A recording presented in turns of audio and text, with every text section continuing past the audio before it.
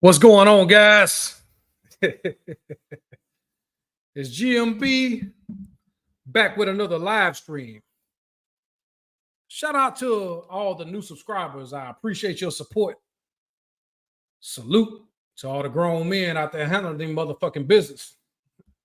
I hope you fellas are continuing to take care of yourself spiritually, mentally, physically, and financially. Look here, man. I know I have not been around as much as I used to be.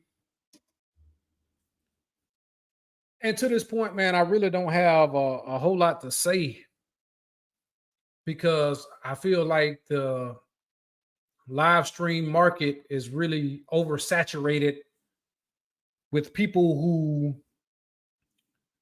have a heavy influence on other people's psyche and the way that they conduct themselves in their everyday lives.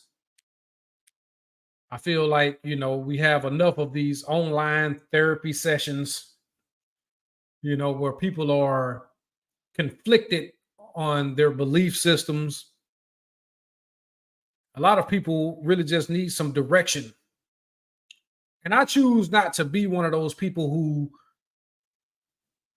try to draw any kind of attention to myself as far as division. And so at the end of the day, man, I just really hope that people are self-aware of the world around them, the environment that's around them, and how people can be used and manipulated as tools to warp your way of thinking. How y'all feeling tonight, man? I'm glad y'all up in here, man. Make sure y'all hit the like button. I know I've been gone for a while, man, and like I always say, man, I'm not here when you need me most, but I'm here when it's necessary. And we have a lot of things that we have to dissect and dive into tonight. What's up, XL? How you doing, man? Jedi, what's happening with you? Fierce, what's going on, bro? Keith Toplin, what's happening with you, bro? Mike Bills, what's happening with you, bro? Um, before I get into the meat of tonight's video live stream, I say, um, there's a few things I would like to talk about, from a personal aspect. Um, of course, many of you who follow me on Instagram know that I recently changed my jobs. I've been in my industry, the dredging industry, for over 25 years. June made 25 years exactly for me. I worked my way up from the bottom, man. I started out in a position that they don't even have anymore, which was called a whistle boy. And in this position is basically you took soundings for the survey and you made coffee and you mopped and swept. That's pretty much all you did. It was a low confidence job. And for the people who hired me, they didn't believe that, I had, first of all, I wasn't big enough. Around that time, man, when I started, I was 135 pounds. And and so that was my job. Everyone pretty much was my boss. It was until a lot of people were starting to quit going to other companies that they needed me out of necessity and gave me an opportunity to be the next level up, which was a deckhand.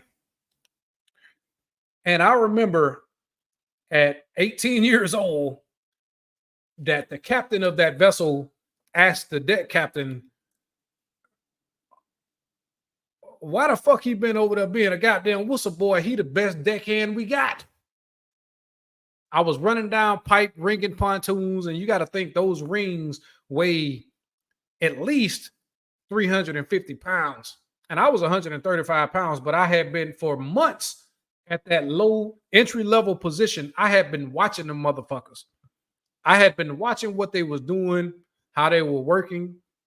And it was this old school cat. His name was Black. Even though he was a white man, his last name was Black. And he taught me how to splice and throw rope. And so during those months when they thought I was too weak for the position, I was learning. I was acquiring knowledge that would actually take me to the next level. And in my industry, you work from a deckhand. You either become a boatman, you learn how to be a boat operator running tender boats, what people would like to say is a tugboat, and then you work your way up to, either a mate.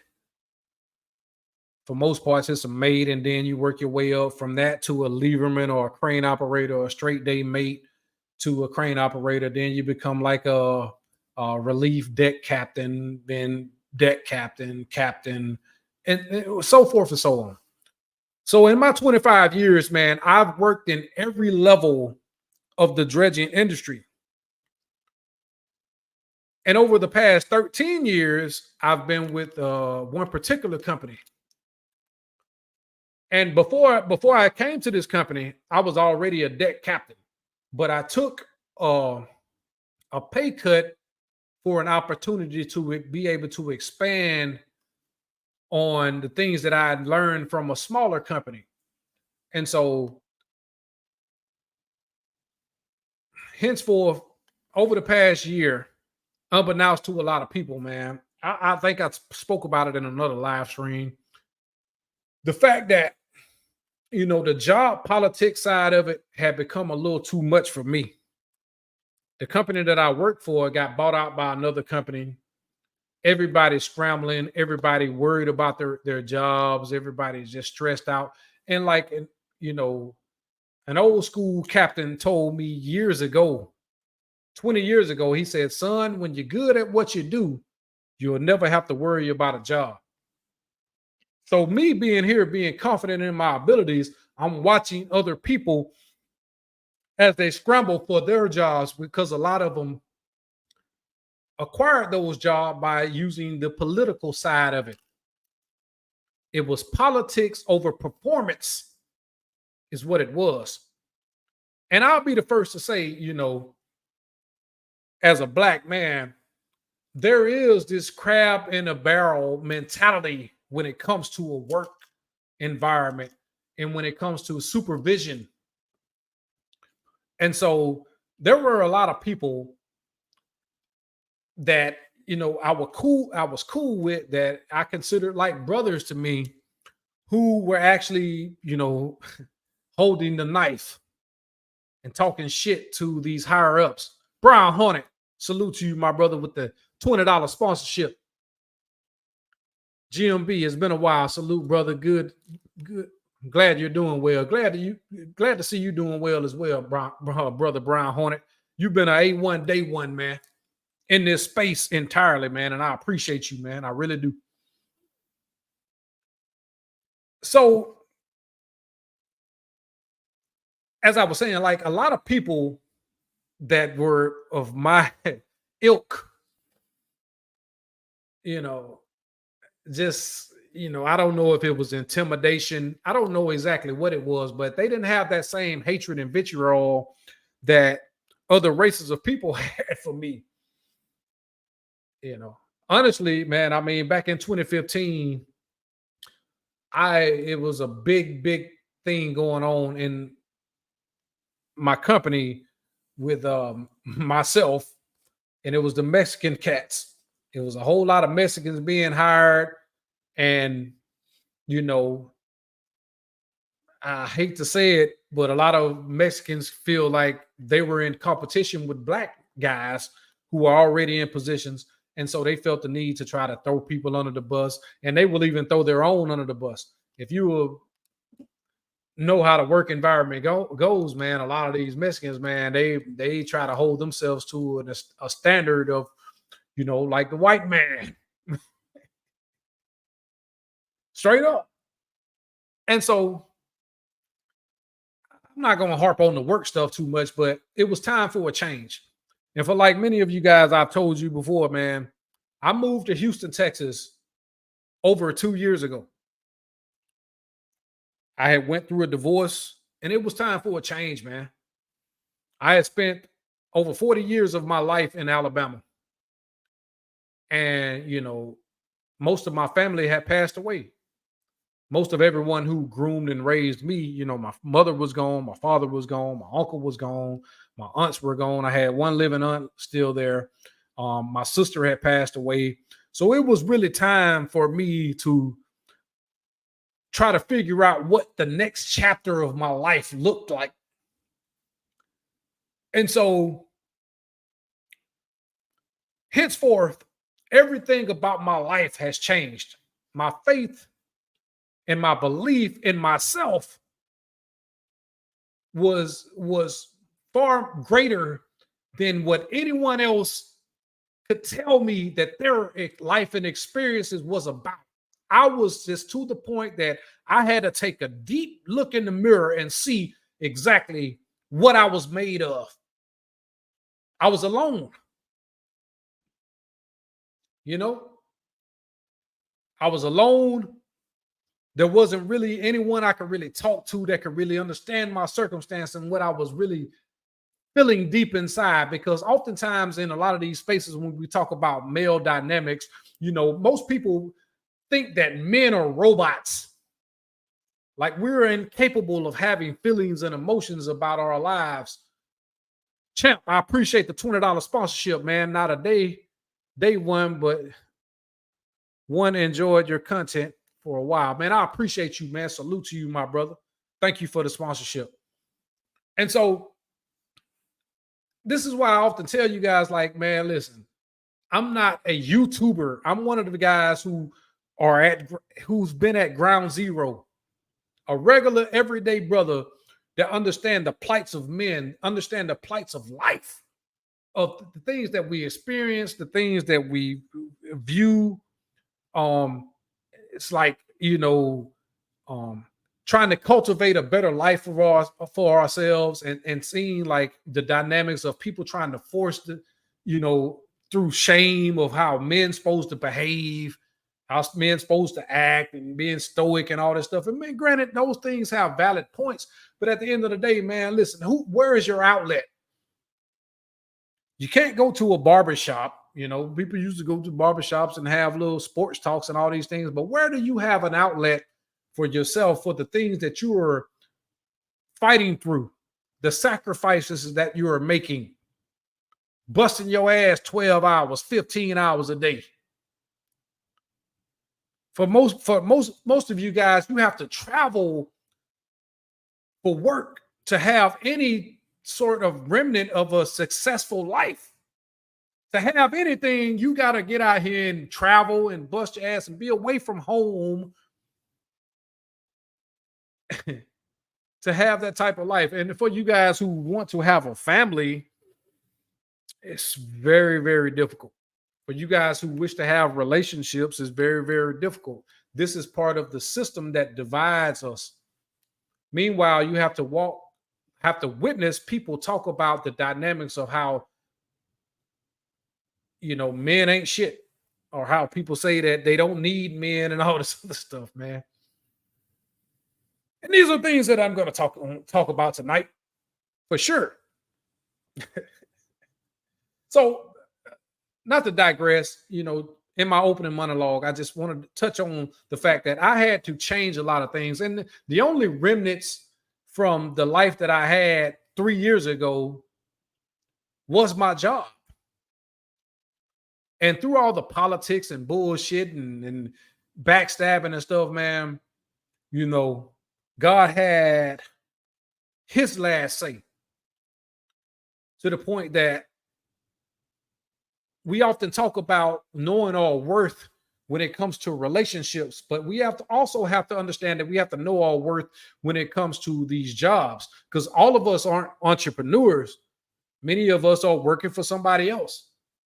But the knowledge that you require, the wisdom, you know, the ability to learn every facet of your job, it increases your value.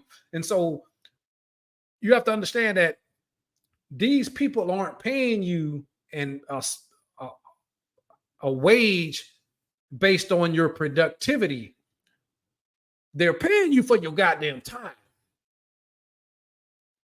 You will never get 1 second, 1 minute, 1 hour, 1 day, 1 week back that you sacrifice to these jobs. So why don't you optimize the ability to get more money? And so I've been in my industry for 25 years. And just coincidentally, when all these things were going on with my job, along comes a blessing of more than double what I was already making. No headaches, no struggle, no politics, no any of these things, man. And so now I'm in a position to make more money at 43 years old than I've ever made in my life.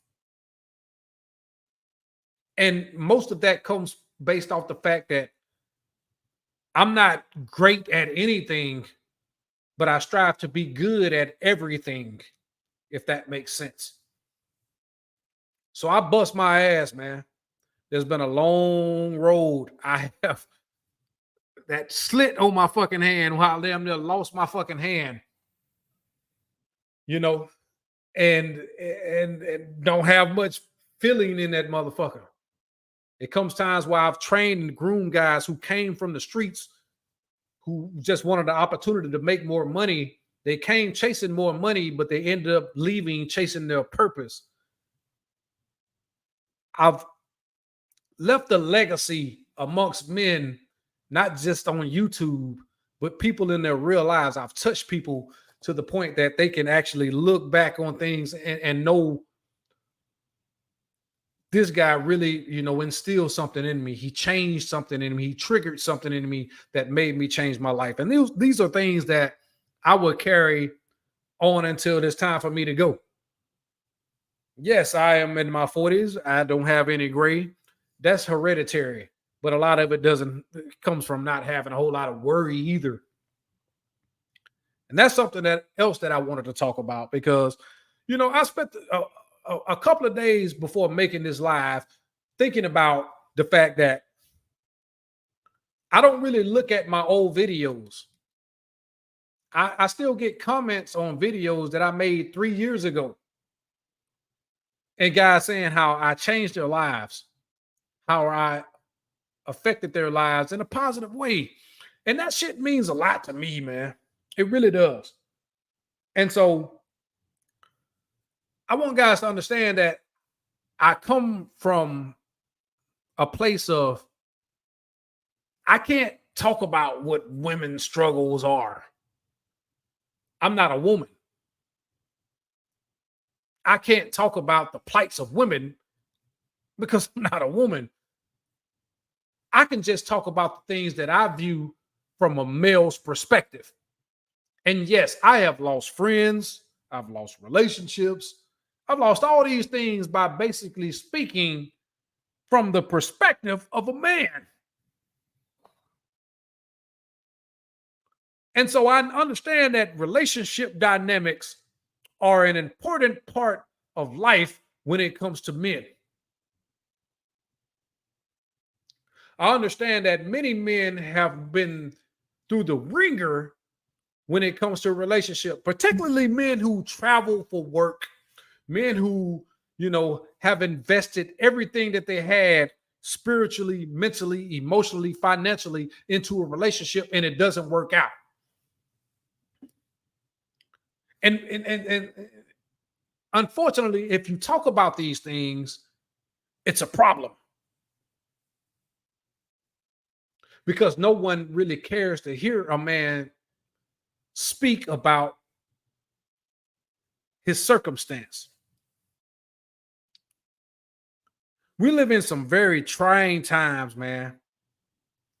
And I know I'm not oblivious to the fact that men still seek out relationships. There are a lot of guys out here who are still chivalrous. There are still guys who are out here that are still good listeners. There are still guys out here who are very thoughtful. There are guys who still like to take their woman on dinner dates. There's still guys who open car doors and stand on the right side of traffic. For women, yes. But those guys aren't the ones who are being chosen for relationships until the end. And so this is why I implore guys to stop focusing on women and relationships. Stop focusing on, predicating your life on being a good man for a woman. Be more focused on yourself. Because unfortunately, in many circumstances, men don't tend to find themselves or work on themselves and find self motivation until they've been through the ringer with some broken relationship.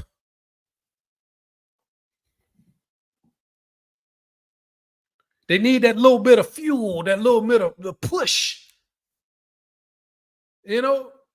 And unfortunately, man, a lot of guys don't make it back from a broken relationship or a failed marriage. We live in a society that already has a preconceived notion that men are always the problem. You feel me?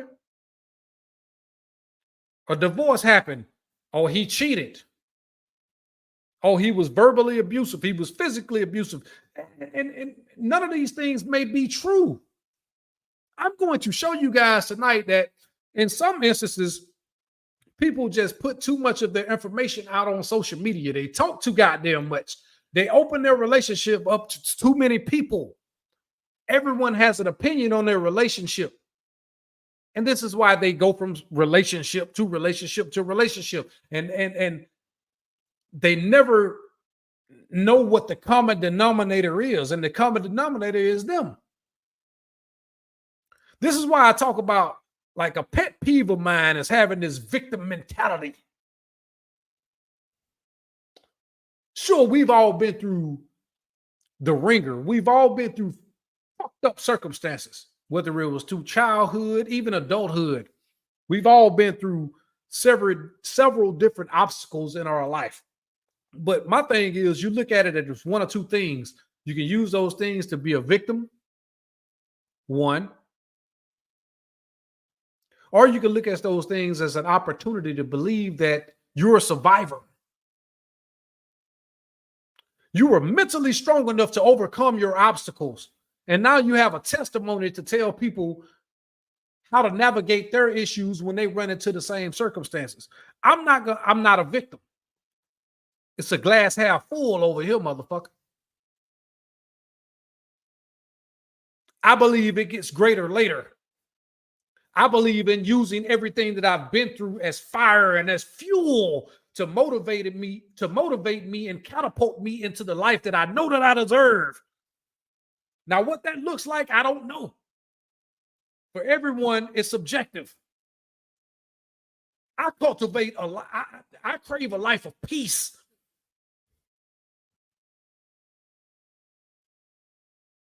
I am not anti-relationship or anything like that. I'm not anti-marriage. I think doing marriage the right way without putting yourself in financial ruin is the right way to go about it.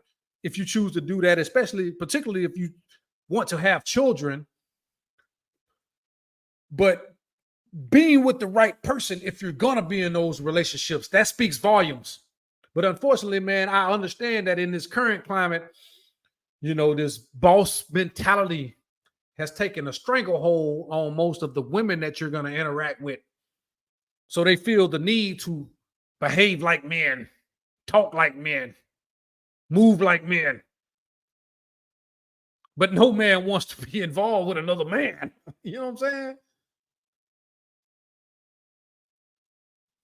So if you're emotionally distant, if you're physically distant, emotionally distant, like intimately distant in a relationship, a man is going to feel the need to fulfill that void by dealing with side chicks and, cheating with other women. That's just the truth. Otherwise, there is no need for you to be in that relationship, man. Listen, everything that you need in this life is inside of you. I don't need a woman for her money. Hell, I don't need honestly, I don't need a woman for her goddamn cooking. I trust my cooking more than anybody. But if I'm going to choose to be in a relationship, I am going to need all those things that I spoke about previously. You'll notice when it comes to the boss chick, she's going to always have problems with this boss shit, dealing with other people all the time when it comes to business. And trust me, those things are going to trickle and trickle down into your goddamn relationship. And it's going to be a problem. If you're not dealing with that, you're going to be dealing with the fact that you may possibly be dealing and raising another man's offspring. A child is not biologically yours, but will always come first in the house that you're providing for.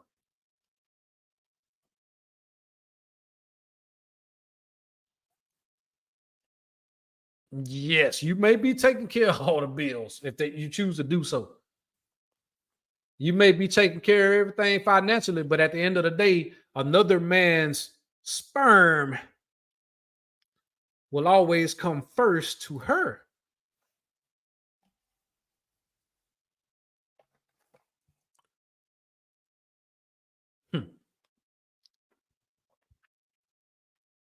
And before you clown motherfuckers come over here and say, oh, people hate the truth. Particularly when it comes to them. My thing is, bro, I'm not going to argue with anyone.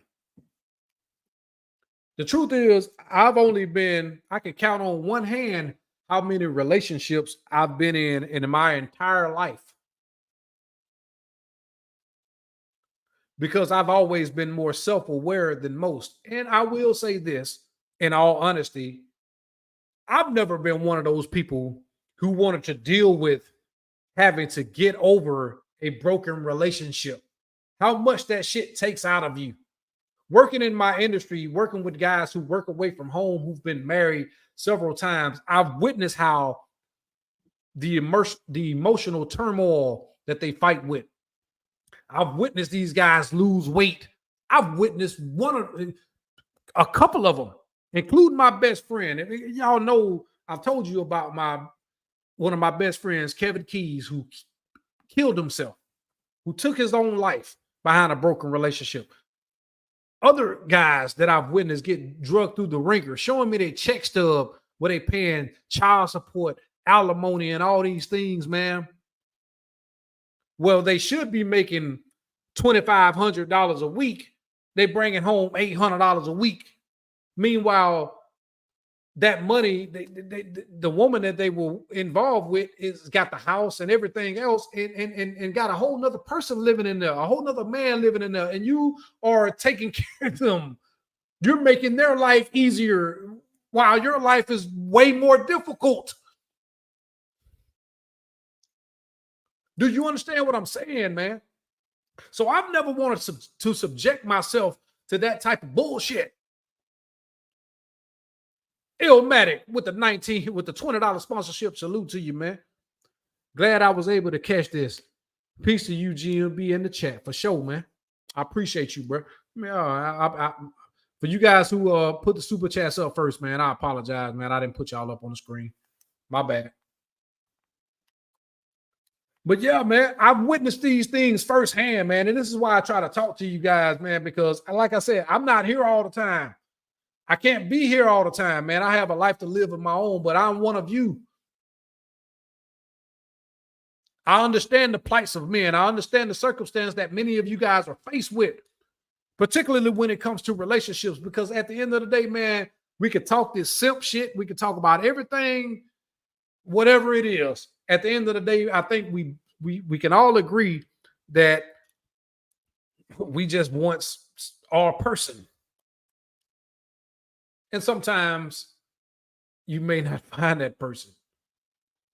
My thing is being okay with being alone. Understand this. Acceptance is the key to happiness. It's just like I've always talked about the fact that you're going to lose family members as you age. You're going to lose people that you care about as you age. You don't stay in a rut behind them. Why? It's because you already accept the fact that you know that you will never see these people again. So when it comes to broken relationships, you have to have that same mindset of understanding that you will never see these people again. And any of these people that you do see again are simply a shell of what you were dealing with before. They're gone. There's nothing wrong with that.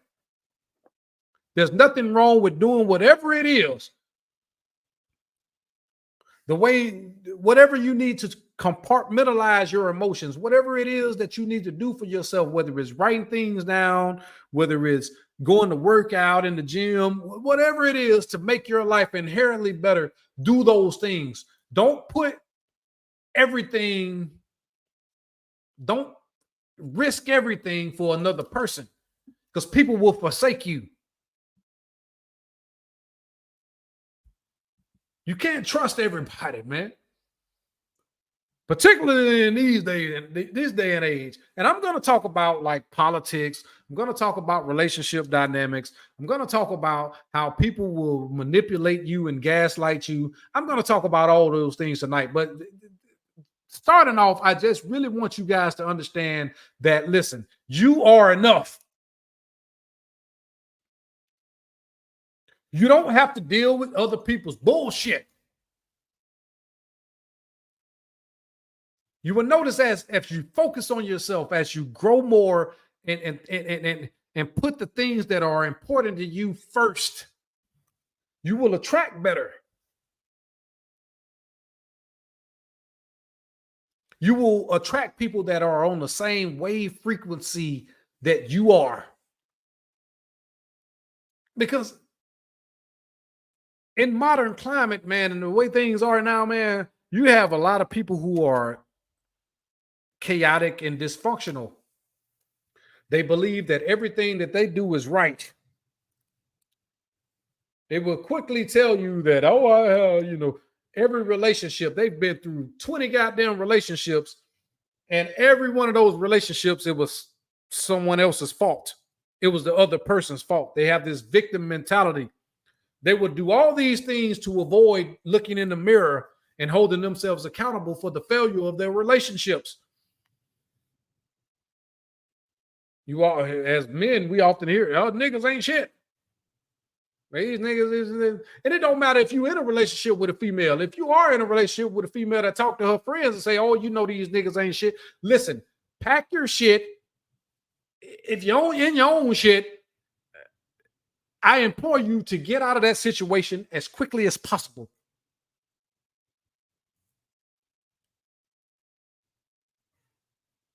Steer far and clear away of these people, man. I'm telling you. Everything will be the other person's fault, no matter what it is. And that's not the type of person you need to be dealing with. I have so much stuff to cover tonight, man. It's ridiculous. I don't even really know where to start. It's just so much shit, man. Y'all make sure y'all hit the like button.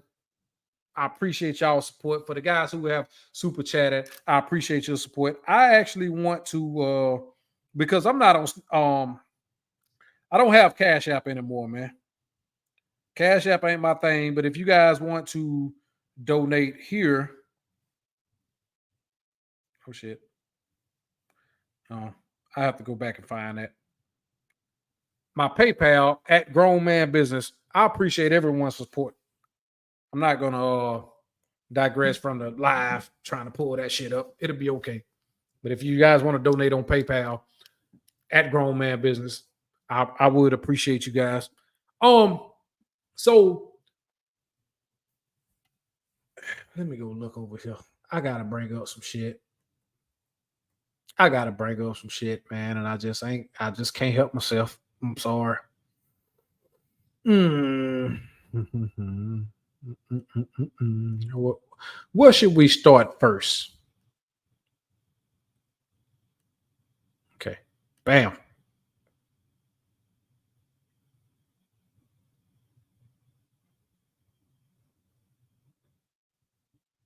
Y'all see that fucking evil smirk on my face, don't you? Booyah. I don't know how I don't think I can zoom in any bigger than that. Booyah. Now, I don't, for you guys who really can't see, maybe I need to remove my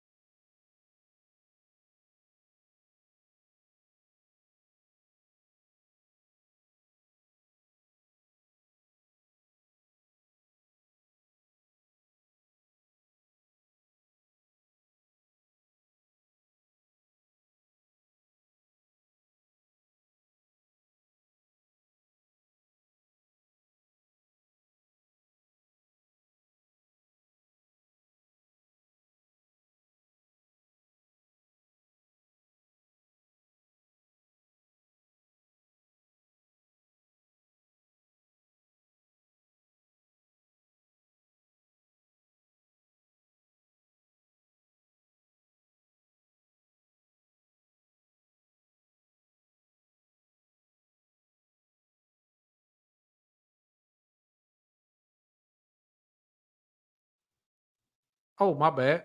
Can y'all hear me? Can y'all hear me? Put a one in the chat if y'all can hear me, man. I want to make sure I'm here loud and clear because I was just cooking. My bad.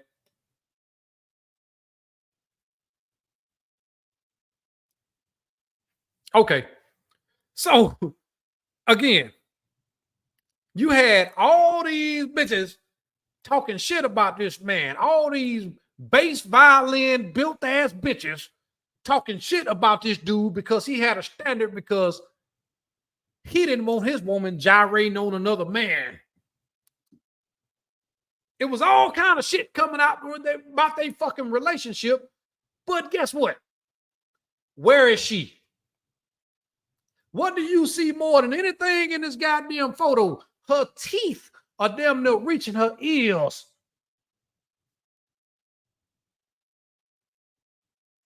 You know what I'm saying? And yes, she's more popular and more of a celebrity than him. But I mean, he has a standard as a man. Man ain't never did nothing. All he did was speak on his goddamn standards and boundaries and how his woman, any woman that deal with him, should behave. And I agree 1000%. Why is it a problem? Because when men say something about their standards and preferences, it is a problem. And the first thing that most motherfuckers will go through is he's abusive or he's sassy or spicy. But if you notice in most of these social media posts, they don't have a problem with sassy and spicy. They actually encourage it. Whether it's Saucy, what is it, Santana or R. Kelly old lady with the motherfucker ex-wife dancing around and parading around with motherfucker in the background, or whether it's Nene Leakes, who then pretty much transformed her whole body, face and all, looking like a goddamn transgender. But nobody, you don't have a problem. You don't have a problem with none of that shit, but you have a problem with a man speaking about his preference and standards. These are the things that we're talking about, and these are the things that most men are faced with when it comes to these relationships. I stay out of it. These people are going to do what they want to do. You say, dude is a fool for taking her back. Maybe. Or maybe she was just, bamboozled and fooled into listening to what social media says she's supposed to do. That shit happens a lot, man.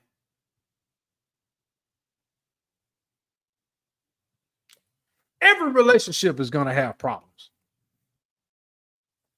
Your relationship, my relationship, I don't have one, but any relationship that you have, there are going to be times of turmoil and conflict. The difference is, are you going to take this shit public? Are you going to run your fucking mouth? Are you going to deal with shit internally? That's not the only one. Because it was something else I wanted to touch on too. Y'all forgive me because I'm showing different things, different elements here. And yes, I'm putting up multiple things. My apologies. There's a few things I'm going to touch on. Got to make sure I got what I needed to have up there. Oh yeah, this one. That shit right there. Let me zoom in.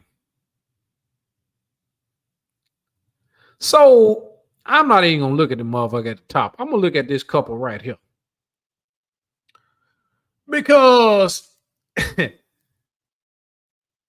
these miserable old bats had a problem with dude wearing his old lady's gold medals.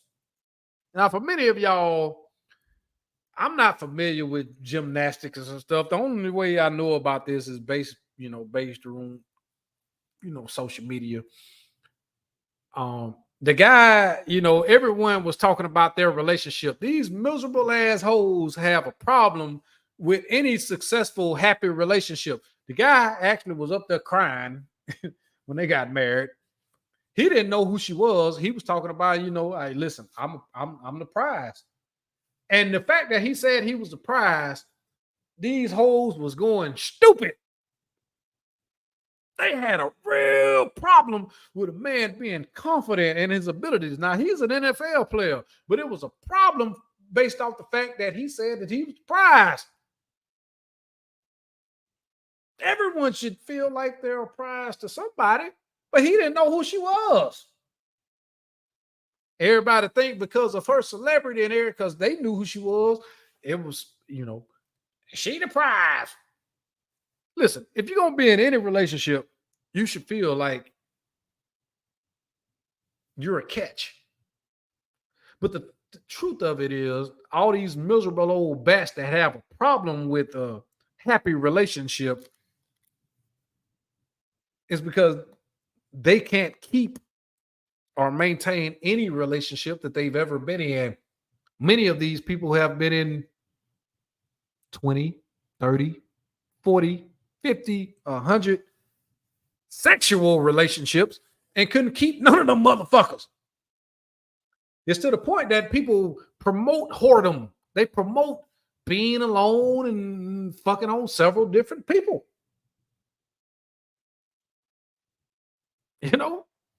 And this is, and the thing is about it, the decent people, I say the decent guys, because I speak from a male perspective.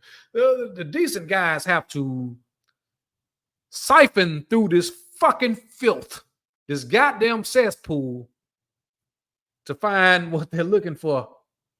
And I'm gonna be honest with you. Everybody has a problem with passports and stuff. I don't know the dynamics of passport, bro. So I would not touch on that, but I will say this.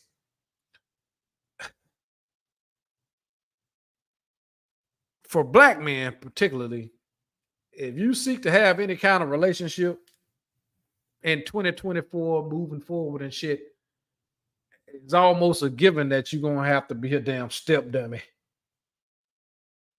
And I know people have taken and coined my goddamn phrase, step dummy. I never heard anybody say step dummy until me now. Yeah, somebody saying step crash dummy. They threw the crash in there. No, bitch. This is where it originated from. I've been saying step dummies since 2017. Yes. And you don't have to accept that position. And you don't have to accept the bullshit that people say about your damn relationship. Both of them smiling. Well, you hoes smiling. Where is your smile? Where is your happily ever after? I tell you where it's at. It's in the goddamn shithole, just like everybody else. You are for recreational use. And that makes you miserable. You used to being taken to the stabbing cabin by several different motherfuckers that won't commit. This is another reason I talk about not, being to a point where this nice guy shit. Because at the end of the day, man, you could be chivalrous. You can be emotionally disciplined. You can be a shoulder to cry on.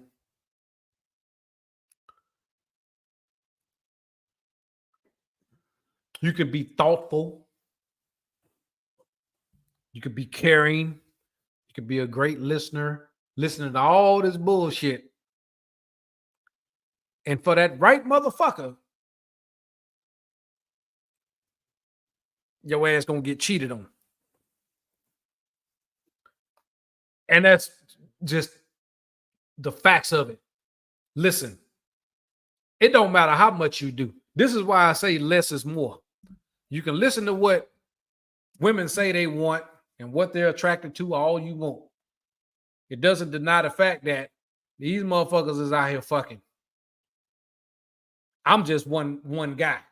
And I'll be the first to tell you that 90% of the women that I've interacted with throughout my fucking adulthood have either been married or cohabitating with another man.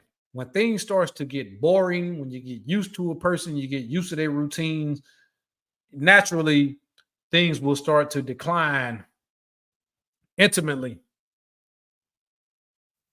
You know what I'm saying? Even for you guys, you could be hitting the gym, making shit happen, and you run into that one motherfucker and she doing that little trick on that head, doing all those things that you require of a woman. You're going to become complacent and you're going to stop doing the things that you were doing for yourself. And that entails, it will be the beginning of your impending doom when it comes to that relationship. You should always focus on your goddamn self first and foremost. As a man, traditionally, if women start doing that shit, they start behaving like a goddamn man. And no real man won't deal with no motherfucking woman that act like a goddamn man.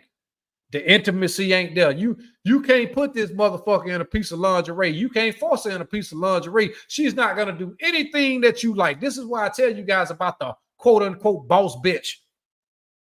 That boss bitch ain't gonna do shit. She gonna think because of the fact that she may be a little cute and she got a little bit of money, she's not gonna do any of those things that you require.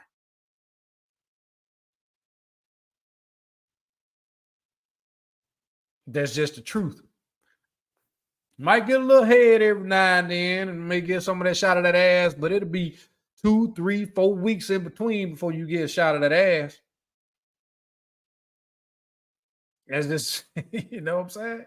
Anyway, I need to look into my next order of business on that because I've touched on the whole relationship shit at length so you guys can understand where I'm coming from.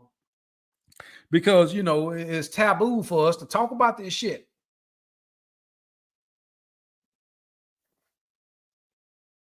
Some of y'all don't even recognize that a lot of y'all be getting settled for. You didn't check any of those boxes 10, 15 years ago, and then you come in this bitch with your fucking cape on and you start talking like Ricky Smiley.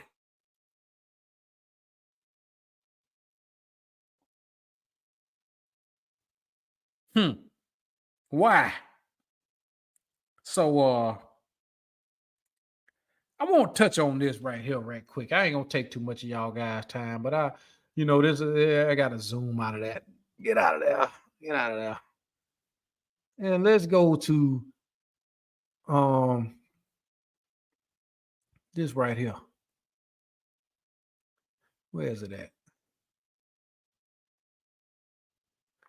Okay. So this is something that I wanted to touch on. I'm trying to figure out how do I get to this story. Hold on. Y'all be patient with me. Patient with me. Because I want to go to his reels of this goddamn story he was talking about. Okay. Female roommates be cheating. And he has a story to tell. And most people be like, oh no, he's just doing it. No, motherfucker. I know a lot of y'all hate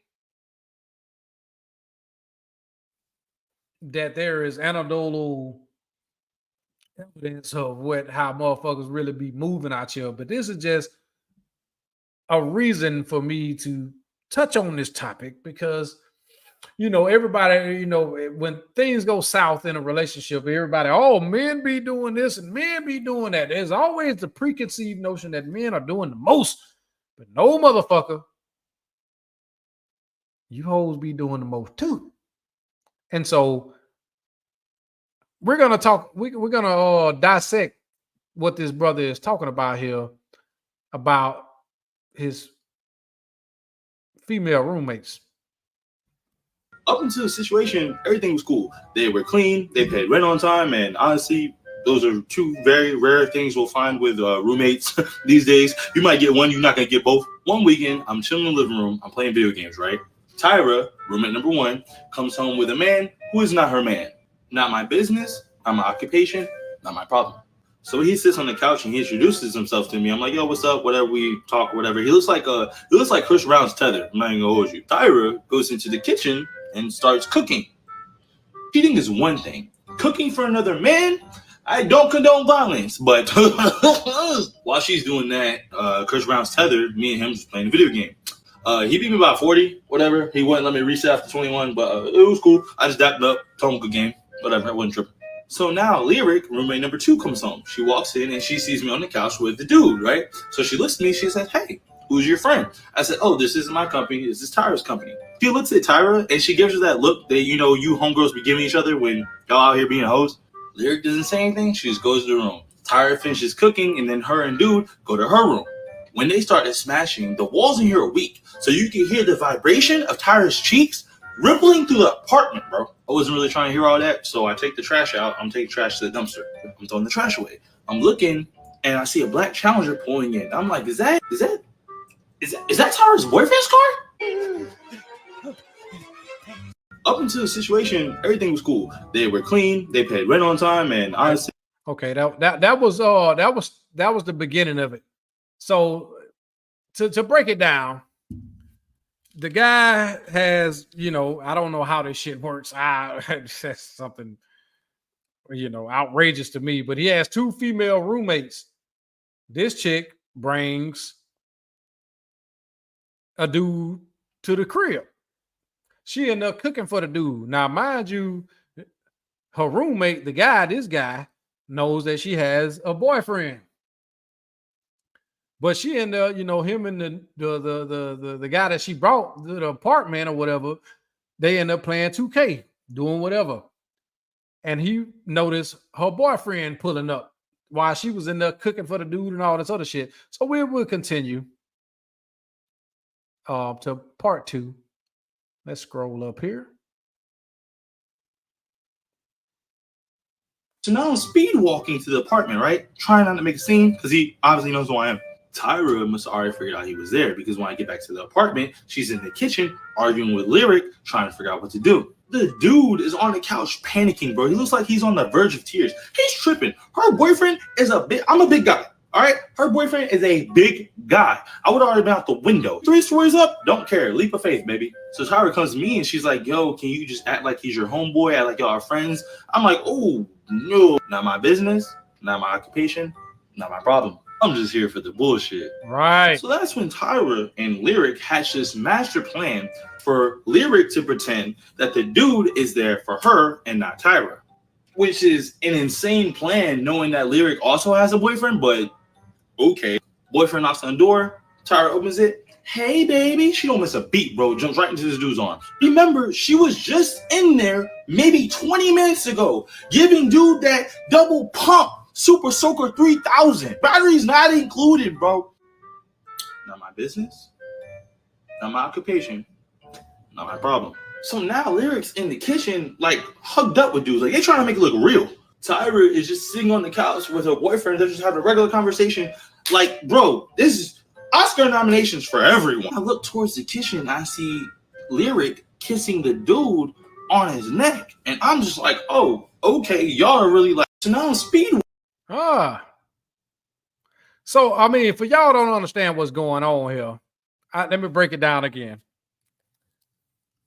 Old girl, his roommate, homegirl, then basically covered for her, acting like dude is there for her when he was just back there smashing her. And her boyfriend showed up. And so she's pretending like dude is there for her.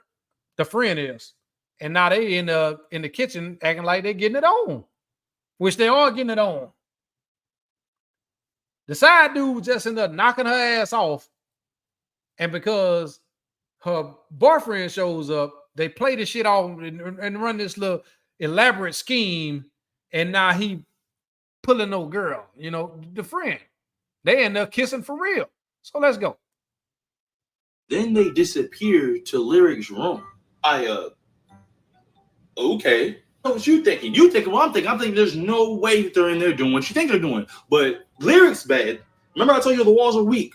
Lyric's bed is mad squeaky, bro. well, that bitch started squeaking. Like, tickle me, I'm on that bitch. I was on the couch, like, trying to hide, like, her frustration. You could tell, like, she's pissed off. Like, girl, I told you to act like he was your man, not to act like he was your man. Remember, walls are weak. I kid you not. At one point, you heard, yeah, this my shit, ain't it? It's yours, daddy, it's yours. This man hit both roommates in less than an hour. It should have been me. Okay. I could go on, but you guys can go follow my man and find out the rest of the goddamn story. He said, why even got female roommates?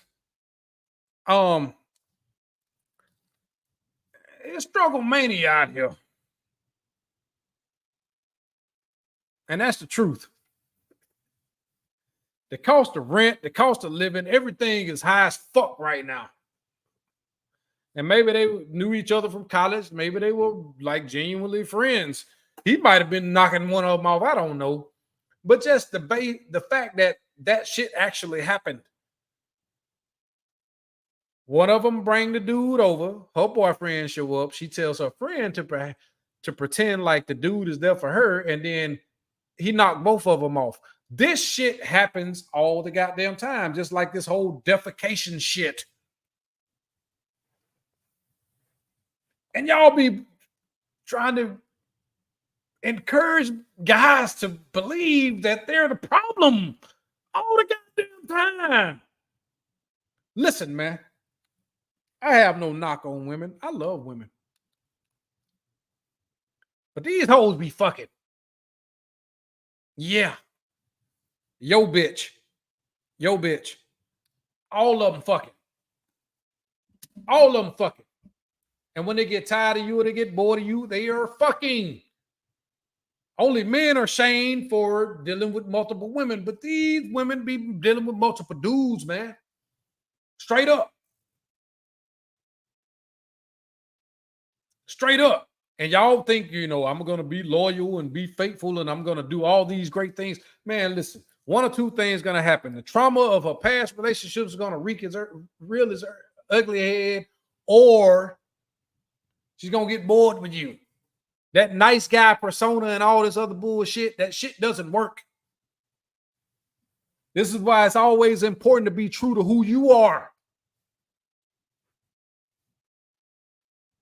And seeking relationships in modern times, man, I don't want you to give up hope. But I will say this. That shit is pointless. Now, maybe some of y'all may find a unicorn. Maybe some of y'all may get lucky. Who knows? Some of y'all may just be that dude. You know what I'm saying? Ain't nothing wrong with being that dude, but for the most part, man, I'm telling you now, focus on yourself. Harold say college age, man, listen.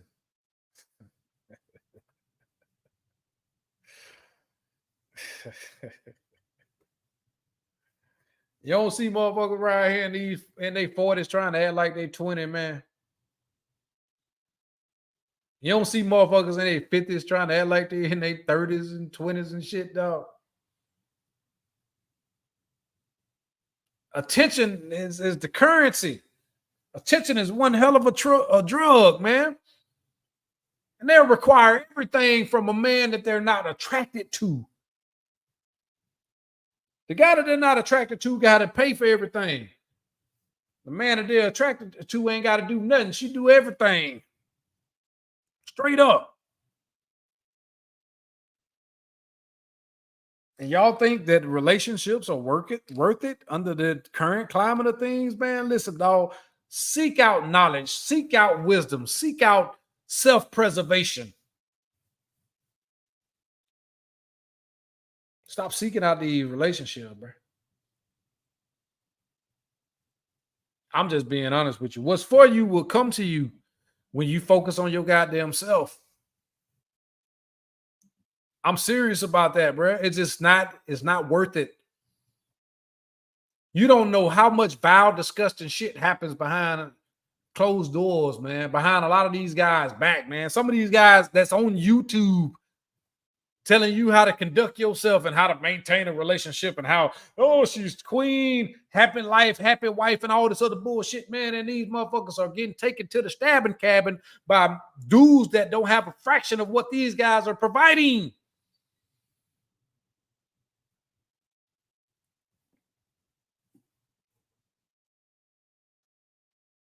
That's at the bare minimum.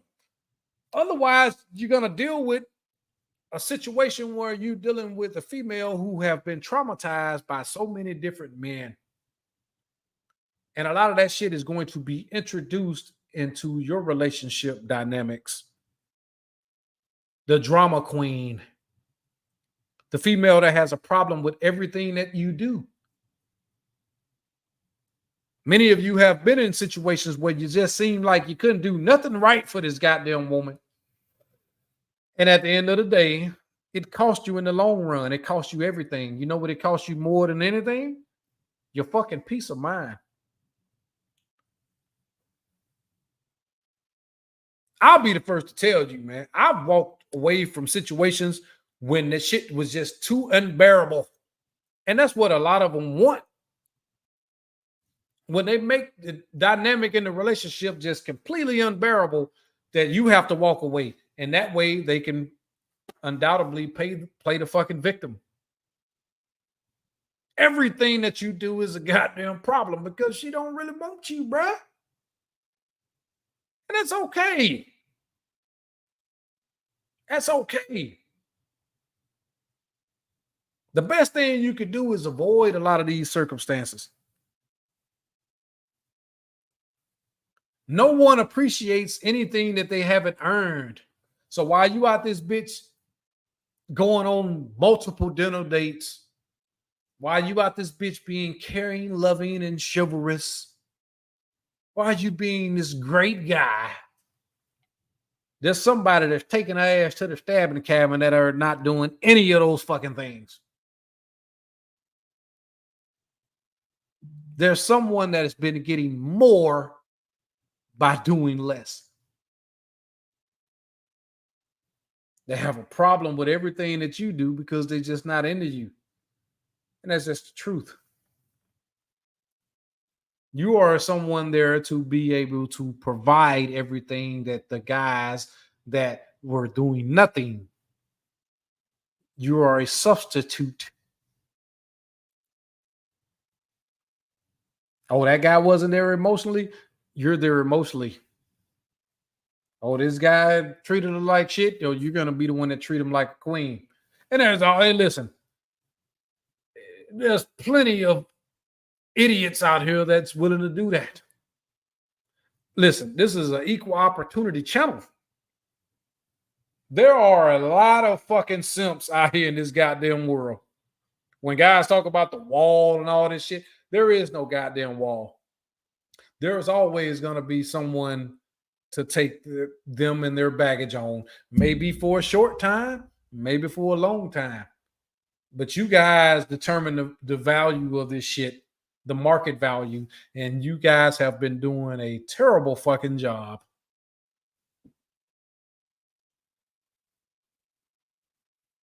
And that's just the truth.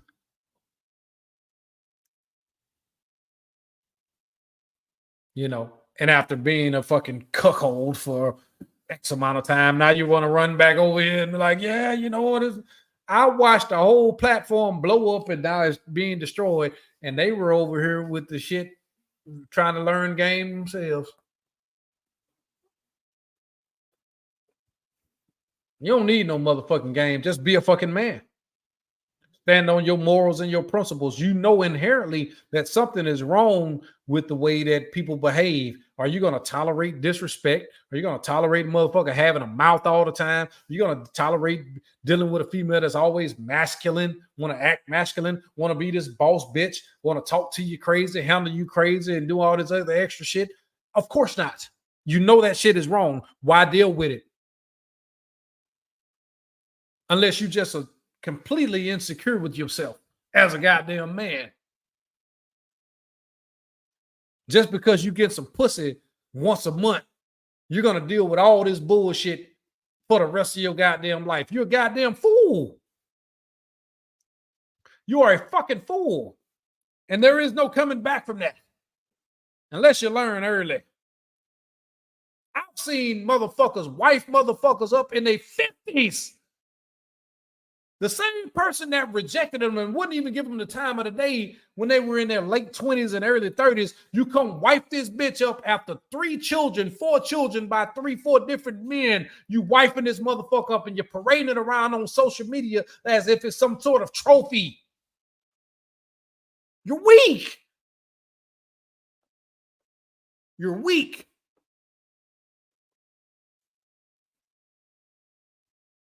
And this is the example of masculinity these days. This is the position that social media and everything else promotes you as. You see on the Shade Room, they're always showing Russell Wilson gloating over future son.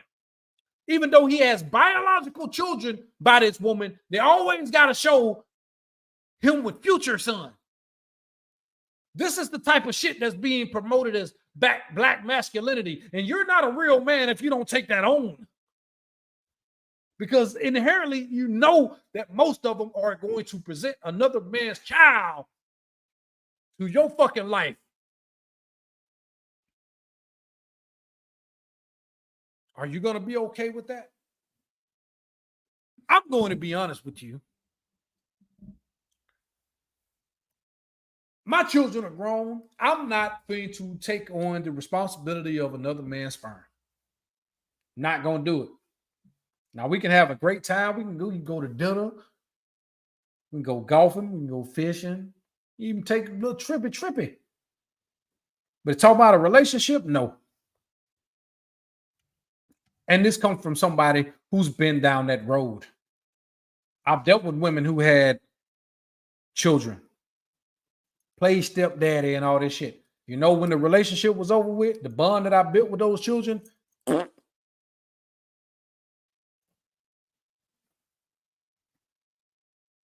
once the mama gone, the child gone too. And you just wasted all your goddamn time. And many of you, your financial resources dealing with this fucking bullshit. Telling you, man. This is the importance of sexual history as well. You're dealing with somebody who has several different men. They replace you with another simp. And you up this bitch goddamn sitting on the couch crying. Crying. Wiping your eyes. Sad. Depressed. Anxiety. Worried about what this motherfucker doing over here with the next man. But she only doing the same shit she was doing before you. When she was doing that tornado twist, guap 3000 on your motherfucking ass. She didn't learn that from you, nigga. She been out here sucking and fucking.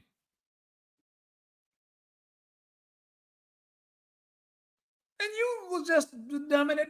What was every kiss begins with K. You may now kiss the bride. And fuck that. Do you have enough confidence to believe that you deserve better? I'm not finna sit up here and talk about Kamala Harris. Kamala is a whore. We know this. I'm not talking about Trump. Trump be getting it in like most rich men do. None of that shit has nothing to do with me at this point. But you're going to be shamed if you don't vote for that this Indian bitch.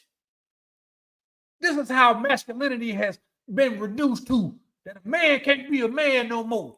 He can't stand on his morals and his laws. He can't be independent and free thinking. You got to do what everybody else tell you to do, or you the fucking problem. They all sucking and fucking. That's the truth. Yes. Yo, bitch.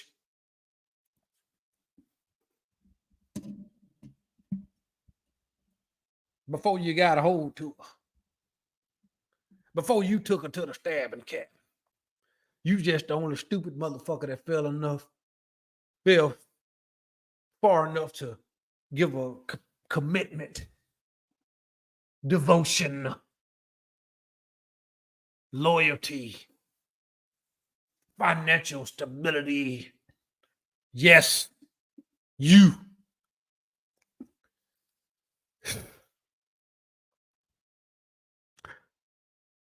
I'm not gonna hold you guys too much longer. You know I normally keep things to an hour. I will be more than happy if you guys want me to open it up. I will. MPI, my brother, salute to you, baby. With the $5 sponsorship, a good husband will obey his wife and vote for Kamala Harris, a good dummy. I myself consider myself one that votes on policy. Give a damn about that other shit. I don't want to turn this into a political thing, but you guys, if you could tell by the way that I speak, you know where I stand. Motherfuckers coming over this bitch getting shit for the free, and you niggas can't get nothing. You've been here for 500 years. These motherfuckers getting food, housing, and every damn thing, and you niggas is out here homeless. Now, I will open it up. If you guys put one in the chat, one's in the chat. I'm not asking for donations. One's in the chat. I will open it up and hear you guys' opinions. And we will have a discussion. Otherwise, I will shut this motherfucker down. Because I will open it up for the brothers of the Men First movement. I will open it up for the Richmond. I haven't seen TOP over here, but I've seen Iman and XL Pro. I enjoy hearing you guys' feedback from Ground Zero, but I don't want to hear no goofy shit. And if you're up this motherfucker and you come over this bitch with your rainbow shit and all this other bullshit trying to get my stream taken down, I am going to goddamn, you will not get up on this motherfucker. Because I love women, but I'm sick of you hoes. And I know a lot of y'all do a lot of clown shit on these platforms to get people taken down when they say shit you don't like. I don't have a problem with you saying something I don't like. That's why I don't have a problem opening it up. I'm not always right. I don't even pretend like I'm right all the time. But the thing about masculinity and the thing about real men is we hold ourselves accountable for our shortcomings.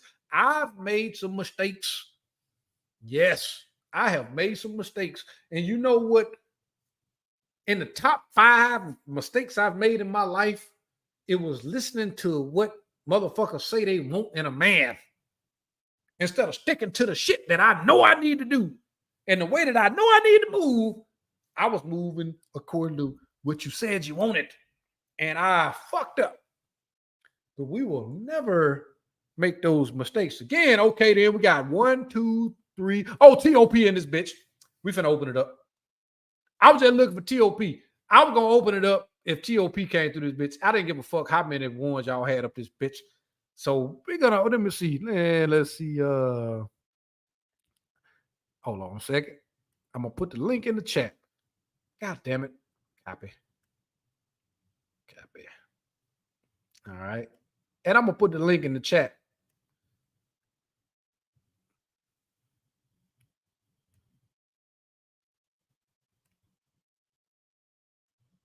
Okay. So for any of you brothers want to join, and you got something to say, we got 105 people in the chat. I'm surprised there's 105 people here because we haven't been live in a long time. But we live tonight. And we got some shit to say. Enjoy. Let's do it, man. I appreciate y'all for tuning in, man. I appreciate everybody for subscribing, the new subscribers, the old subscribers. I appreciate everybody that donated. I really enjoy doing this shit. I even forgot how much I missed talking my shit. You know what I'm saying? like for real. And okay, then we got Raw Life. First up, let's go. Add to the stage. Jim, what up, OG? What's happening with you, baby? Good, man. You know, we spoke a few years ago, but I wasn't in my right mind. But I changed for these past few years, man. Okay, then, man. I'm glad to see you in here, man. Got MPI in this bitch too. What's happening with you, baby? I think I told you about that country sweet sauce. I wondered, did you ever try it yet? No, I ain't. My bad, dog.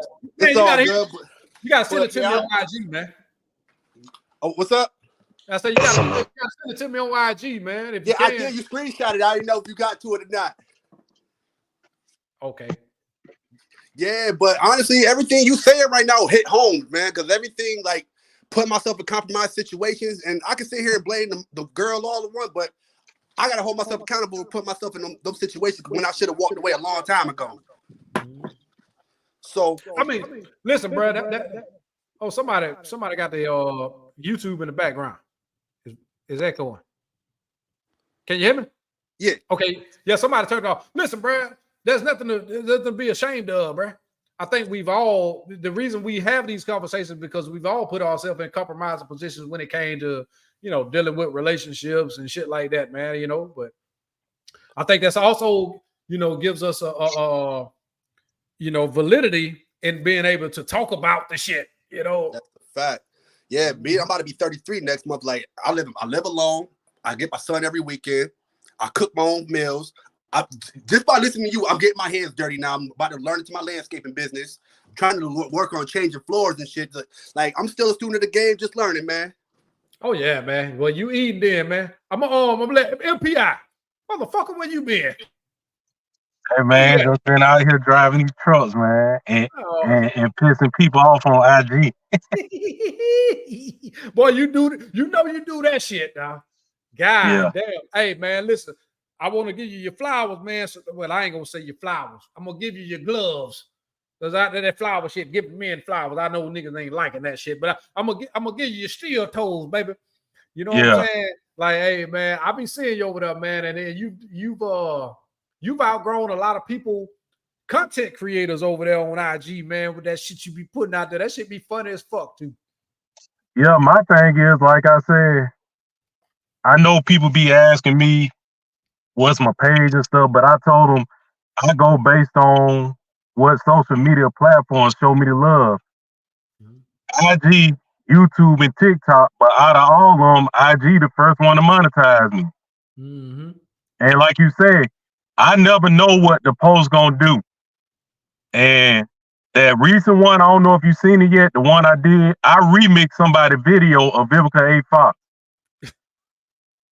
Right now, I think Monday, I went to sleep, it was 400,000 views. Now it's at 4 million views. I know it. And I know it is. The thing is, the post clearly says when you want her versus when she wants you.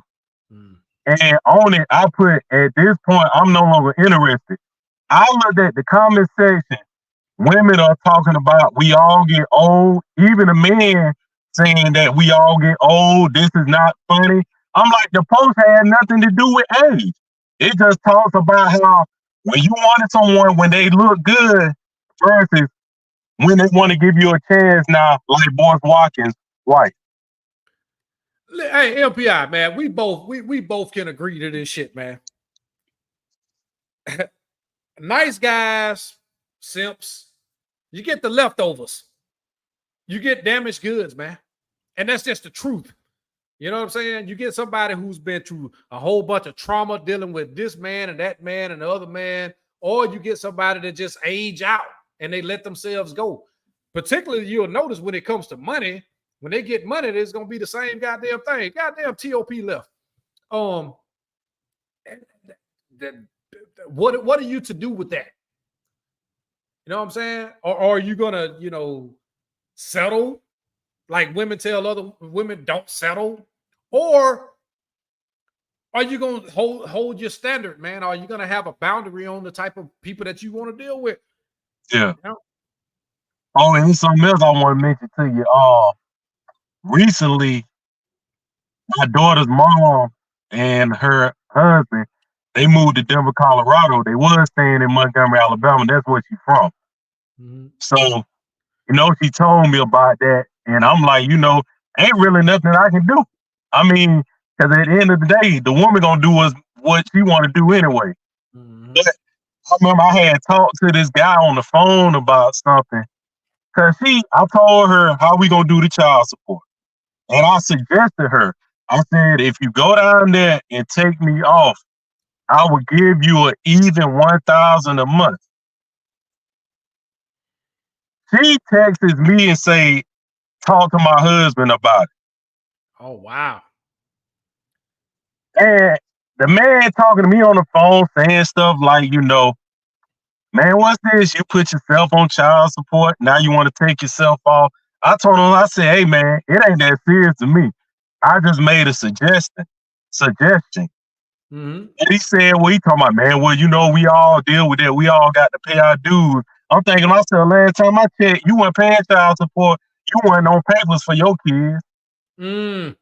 Not only that, he goes off and say, how much do I pay a month?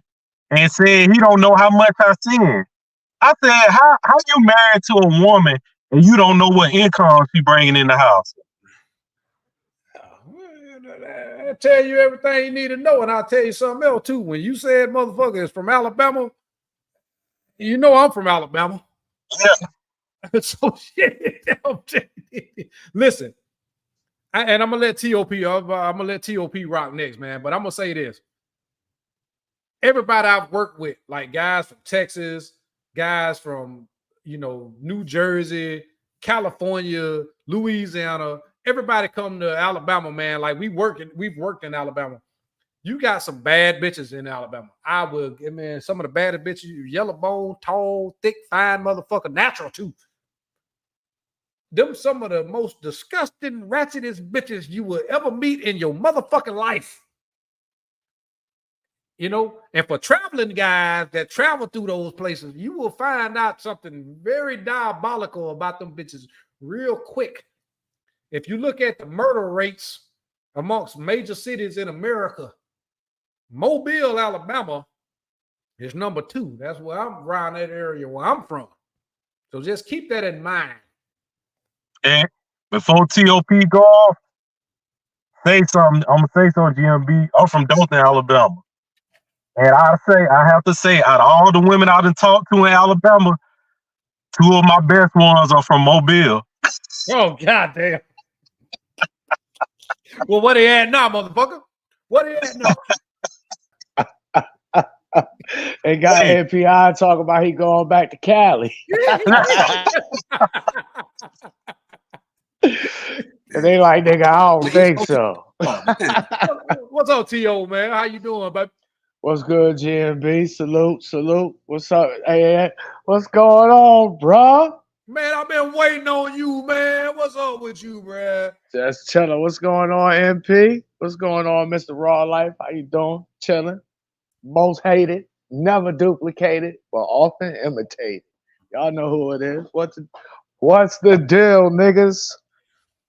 Man, I don't know it, man. What you think about this shit, man? You got somebody? Hey, look, hey, LPI, man, say Enterprise. I know Enterprise, Daleville, Enterprise. That's over there next to Dothan. Yeah, I know. I'm gonna tell you like this, GMB, and I've been this been my spiel the whole way. If it ain't on my program and what the fuck I'm doing, I ain't got time. Yeah. Most women I don't even waste my time even talking to. Mm-hmm. And I put a post up. Unfortunately, this makes the second profile on Instagram that then got deleted. But I just put a post up in my stories not too long ago. And it's got to be the second or third post that's stressing the same point over and over and over again. They say that you miss the shots that you don't take.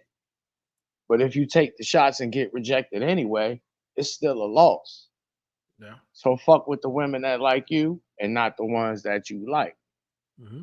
And the most important test is if she really down for you. You could tell when a woman ain't down for you because she trying to spend all your bread or some of your bread, and you ain't gonna get shit in return for it. So if it ain't no reciprocation going on, don't even waste your time. Learn how to talk to these motherfucking women. Have a conversation.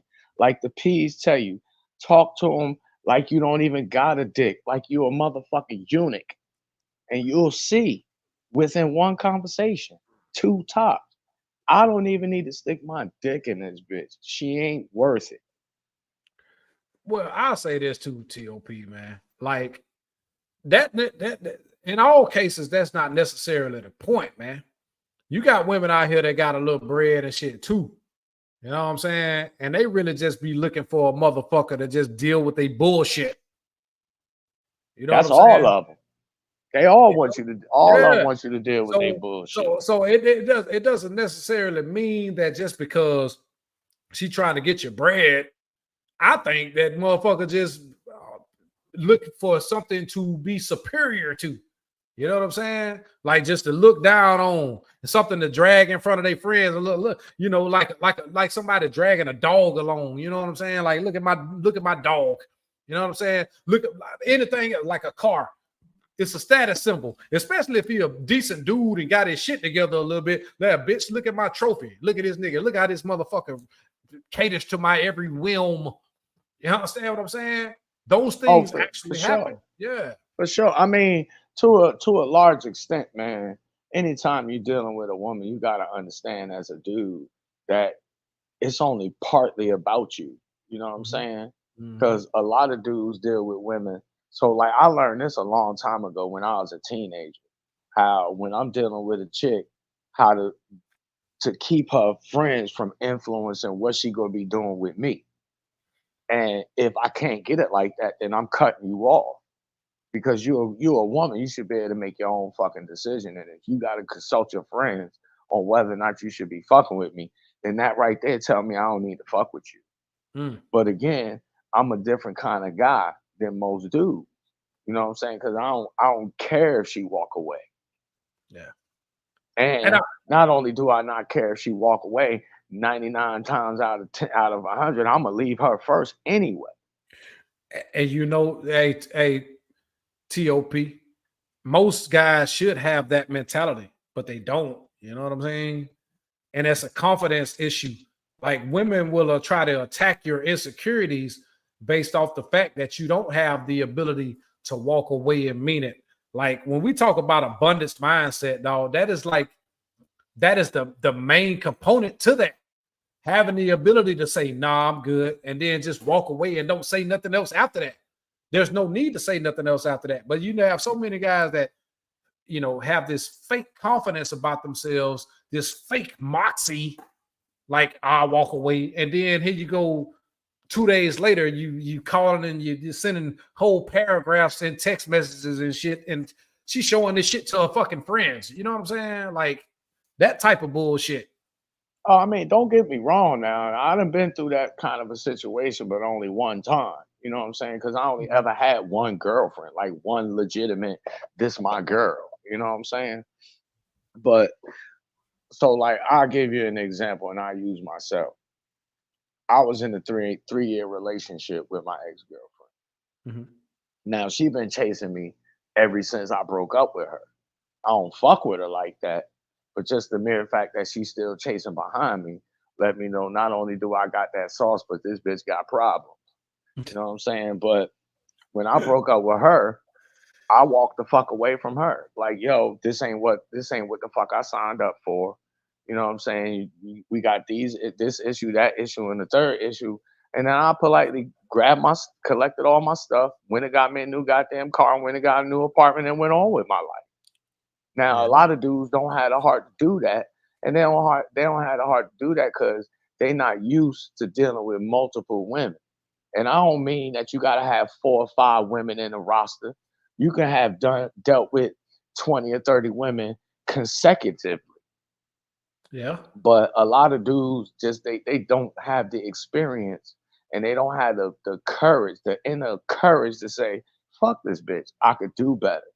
And I tell dudes all the time, start taking some of the plays that these women put on y'all. Do the shit to them, the same shit they do to you, do to them. Yeah, You know what I'm saying? sure, A woman will walk away from you and she already got some other dudes set up.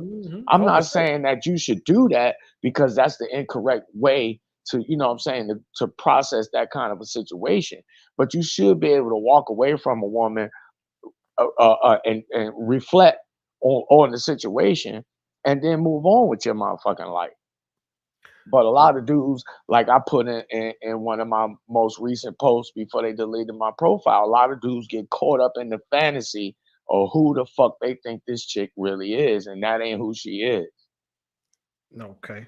You know what I'm saying? A lot of dudes get with chicks who got psychological problems and they not equipped to deal with these kind of women because they don't have no clue about the psychological problems that this chick got. They just fucking on her. Okay. You know what I'm saying? They ain't prepared for the crazy shit she get ready to bring with her. All right.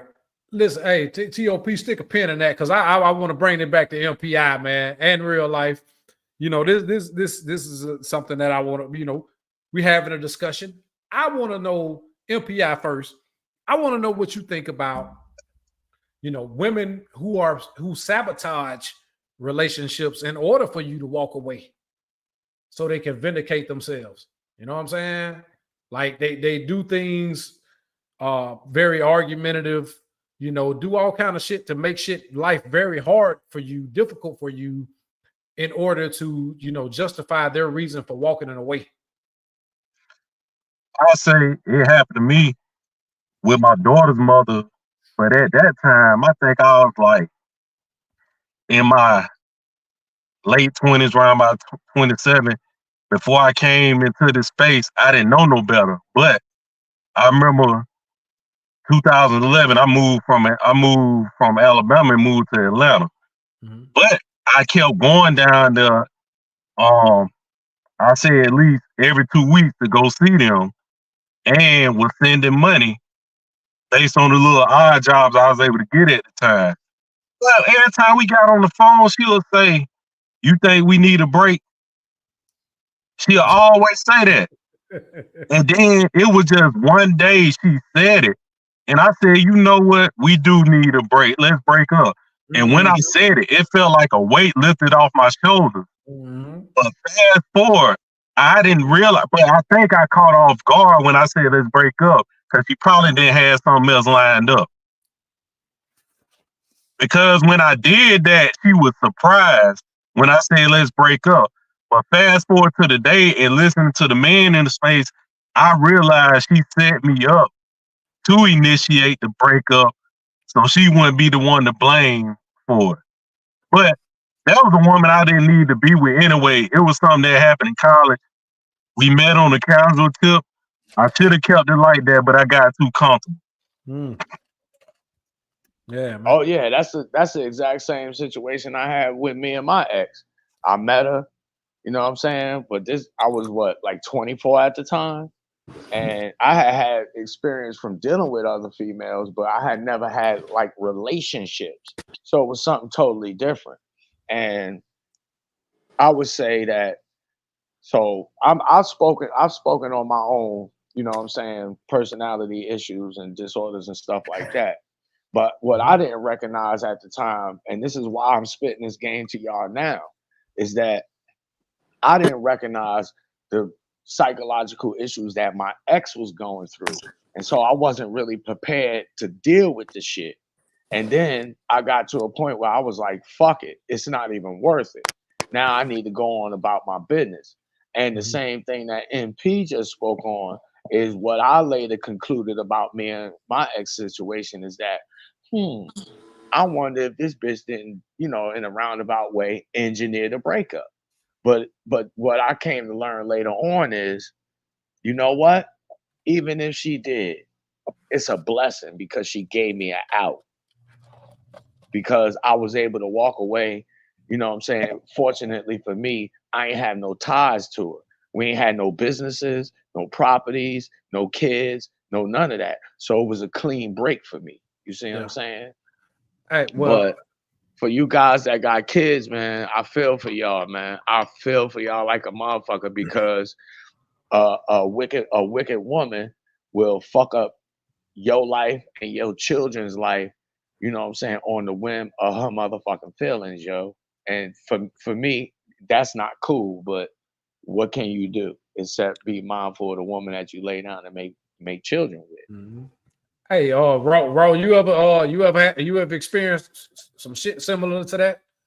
Where you know your chick was sabotaging them? Or you muted, bro. Hell yeah. All through my 20s.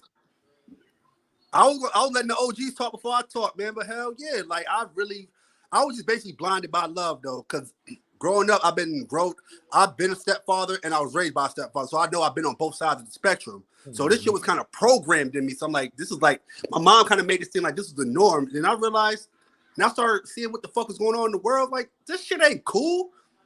I was in a beta male mind space. I had to get the hell out of that shit. When I got in this space and I found you, Coach Warren, that's why I started really waking up to a lot of shit. Like, yo, I was lied to. I'm like, I've been compromising myself, like arguing with the females, going like, she coming home 3 o'clock in the morning. I'm like, I got to the point like that was the final straw right there. She came home, jumped in the shower. I'm like, ain't nobody just coming home 3 o'clock in the morning. You just chilling with your homegirls. And I ain't stupid. Yeah, man. I may be stupid for dealing with you, but I ain't no motherfucking fool. Oh yeah. The thing is about it, man. That you know, that's why it's good to have a young brother a part of the panel as well, because like MPI, TOP, we all you know, older gentlemen. Mm-hmm. We're seasoned. I'll say. Hey, GMP.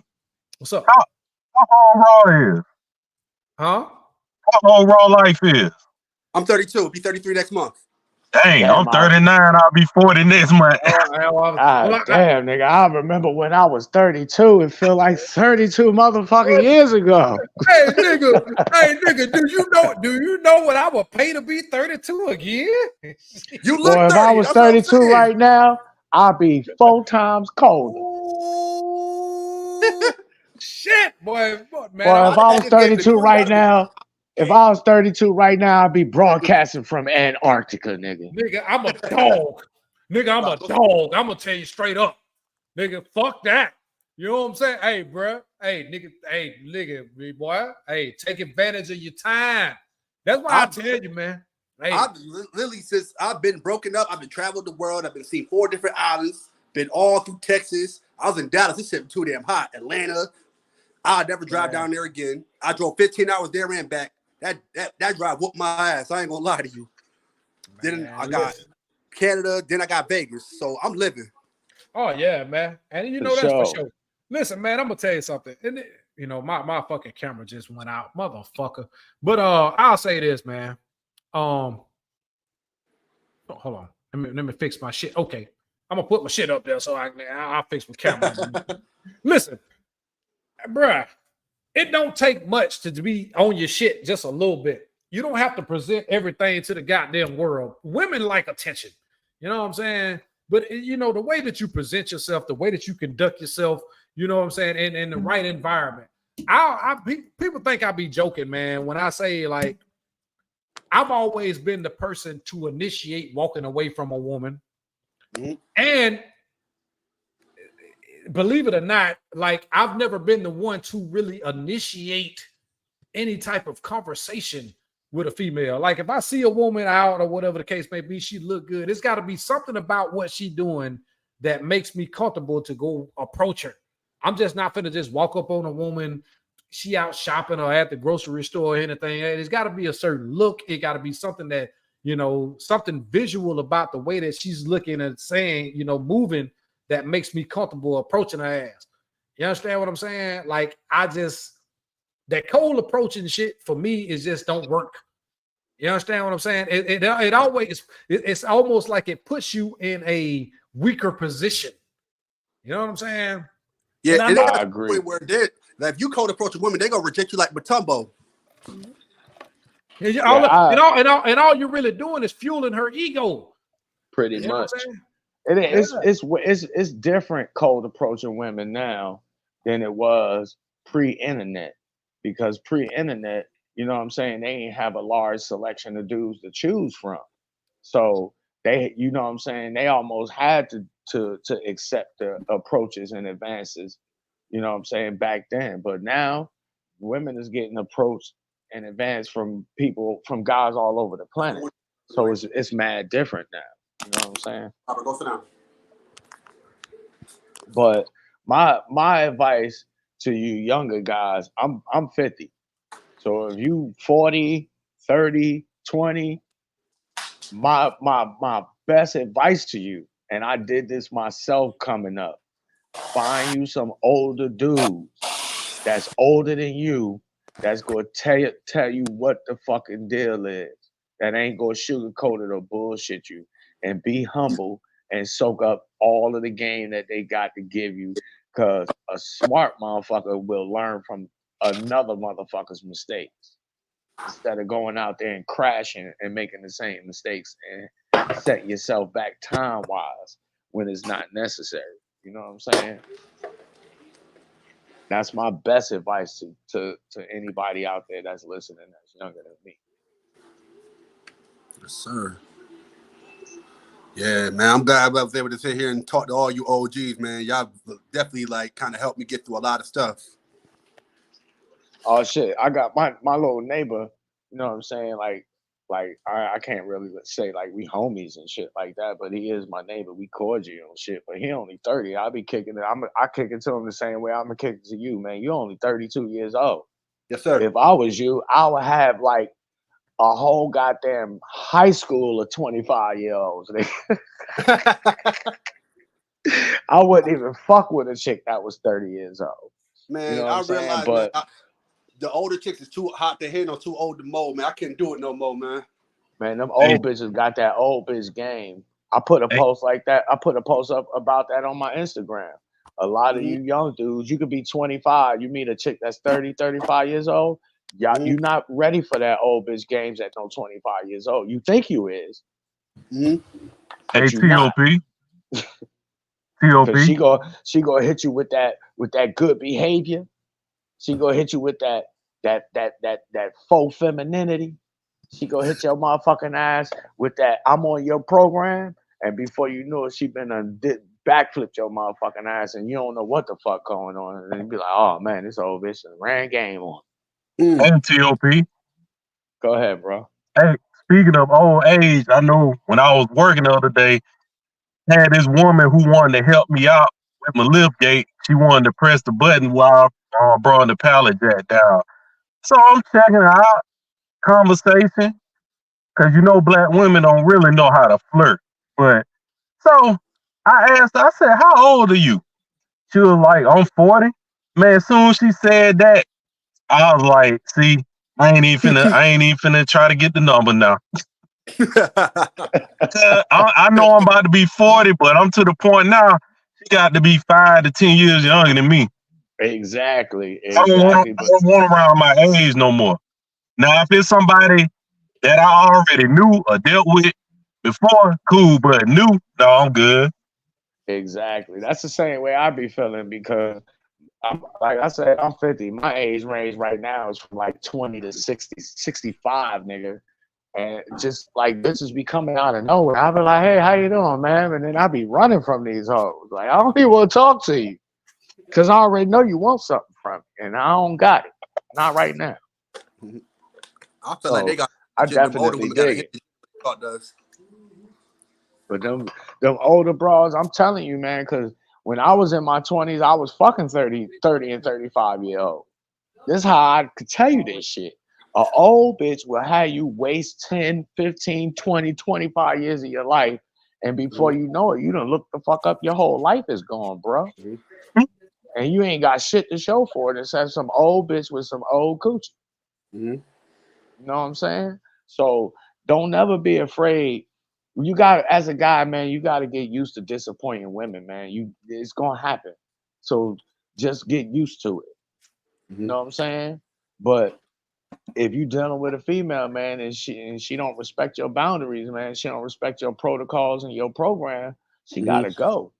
I don't give a fuck how good the pussy is, how good the head is, how much money she got. If she ain't got no respect, she don't listen. You know what I'm saying? And she just overall just too combative and more of a problem than an asset, she got to go, bro. I got the pink slips in my drawer, man. I'll cut the cord in a heartbeat.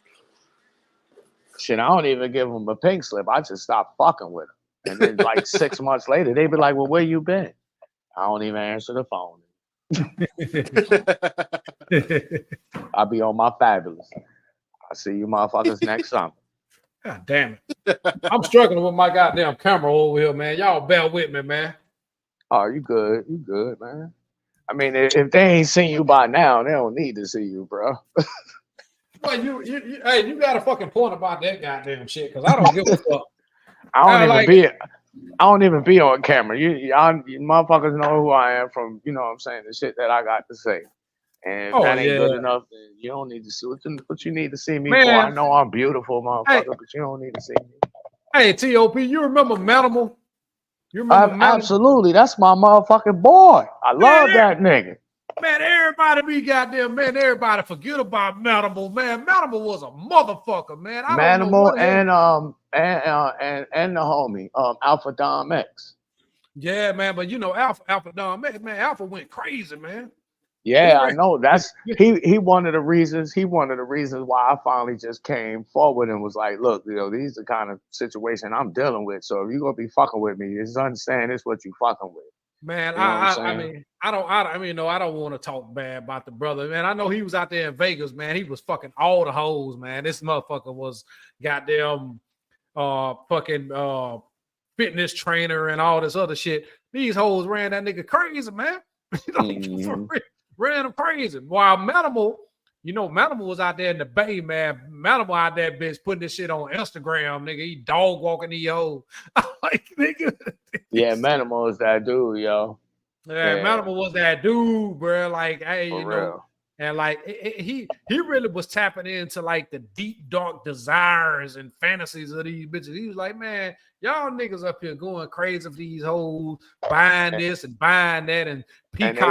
They like to get pissed on and have a leash put on them and man, all kinds of shit. That nigga like, nigga, I'm a bus driver, nigga. Look at these bitches. Like, what the fuck? You know what I'm saying?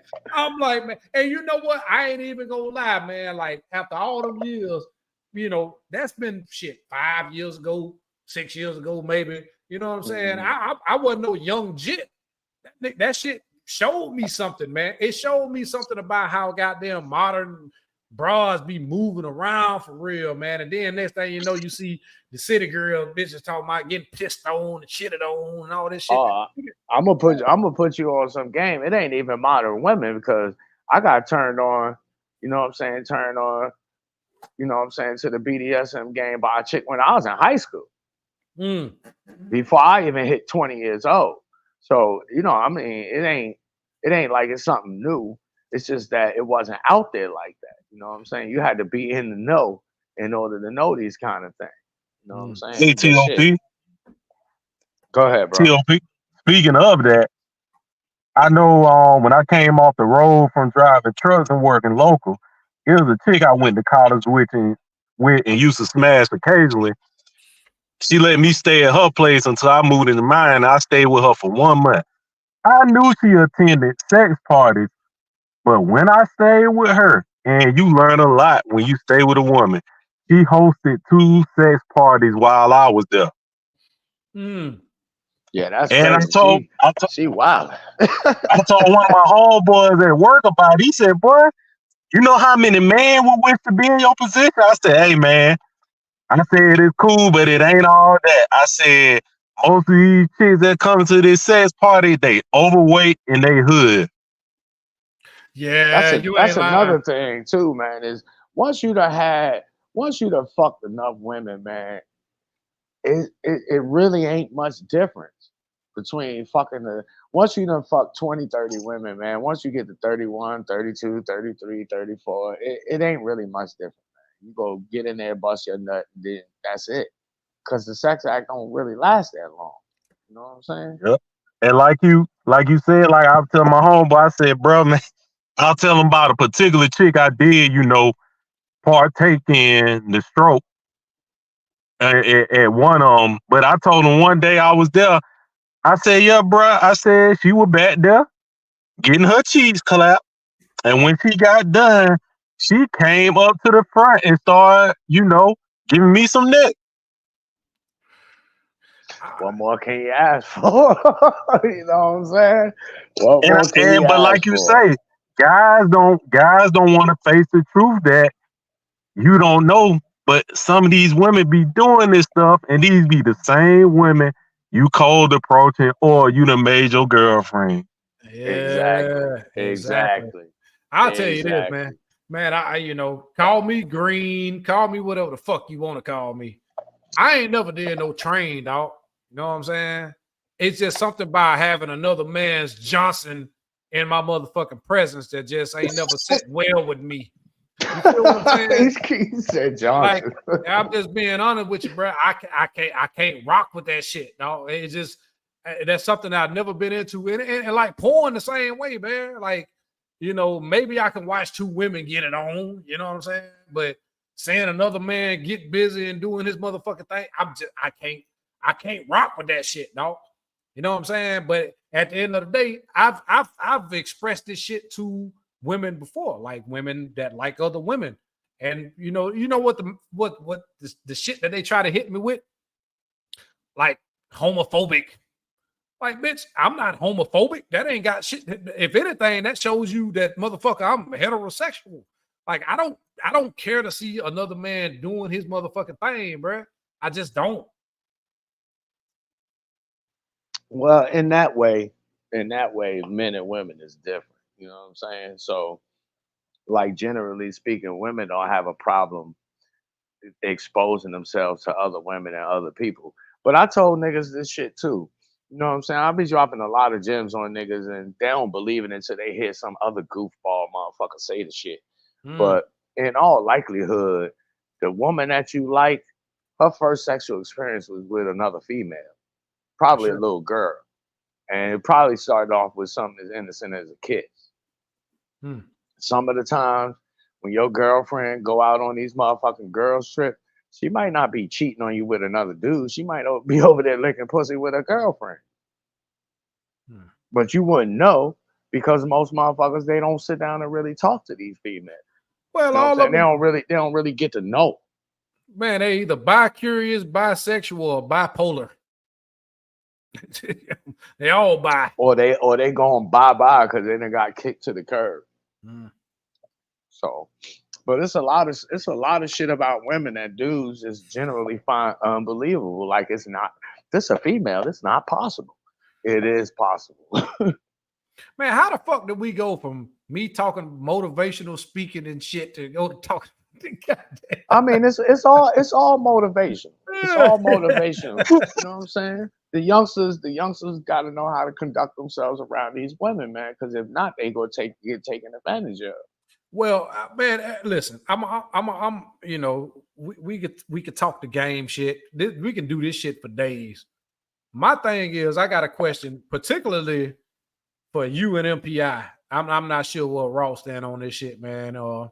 But because he's a little bit younger than us. But my thing is the state of masculinity in the current climate of things, because it's like that shit has really just been pushed to the side, man. It's like, whether it was Ice Cube on that BET shit when Trump was running for president, whether it's the Kamala shit that's going on, it's like, nigga, if you don't follow suit behind black women, you're homosexual, all these things that they don't really have a problem with in a normal aspect. But if a black man don't agree with them or the way that they moving, you're sassy, you're spicy, all this shaming language. What do you guys stand on that, man? Well, you're a black man in America, and I keep expressing my thoughts on this shit, and motherfuckers take it lightly, and they're very dismissive about it. But being a black man in America, man, you subject to racism. And the dictates of racism say you on the bottom. You even below your own woman. So if you think about that, just think about that. Like when you was in high school, you got the cool group, you got the semi-cool group, You got the nerds, then you got the misfits that don't nobody fuck with. That's the position that we in as black men in this country. We like misfits. We like the black Rodney Dangerfield. Nobody gives us no fucking respect. But that's the way it's supposed to be. Well, And see, if you got that understanding, then when it comes to dealing with these women, when it comes to dealing with other black people, when it comes to dealing with other non-black, non-white, black, non-black people, when it comes to dealing with white people, if you understand that, then you know how to operate when you're dealing with these different groups of people. If you don't understand that, then you're going to be confused about why black women act like they act and why everybody else treats you like they do. well, independent, free-thinking black men are being frowned upon. They're not being promoted. They're not being like, even to the point where, like, okay, like say Denzel Washington, Morris Chestnut, Samuel L. Jackson. Like, these motherfuckers been in relationships for 40 years, married all these goddamn years.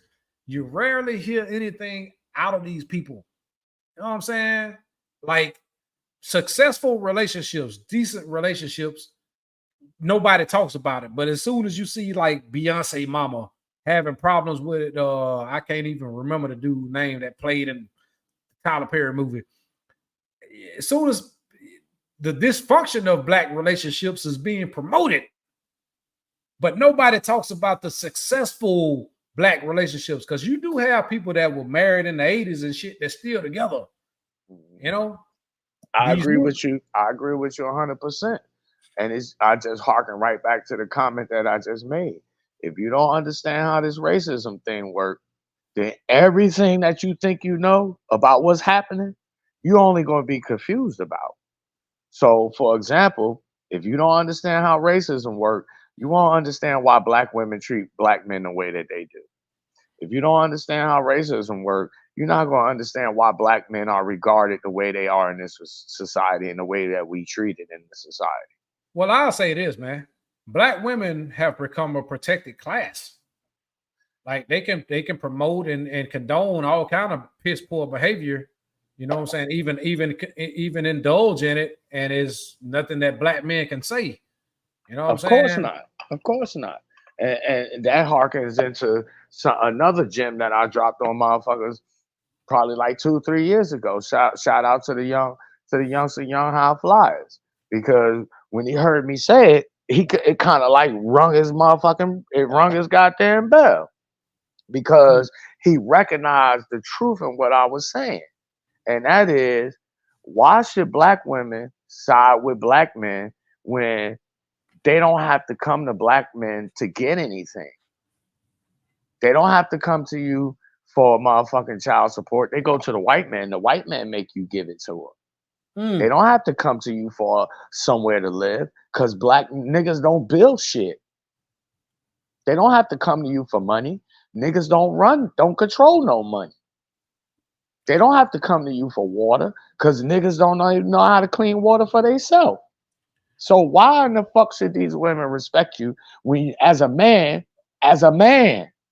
you not only is you subject to another group of men, but you don't know how to do shit for yourself? Well, I'll say this.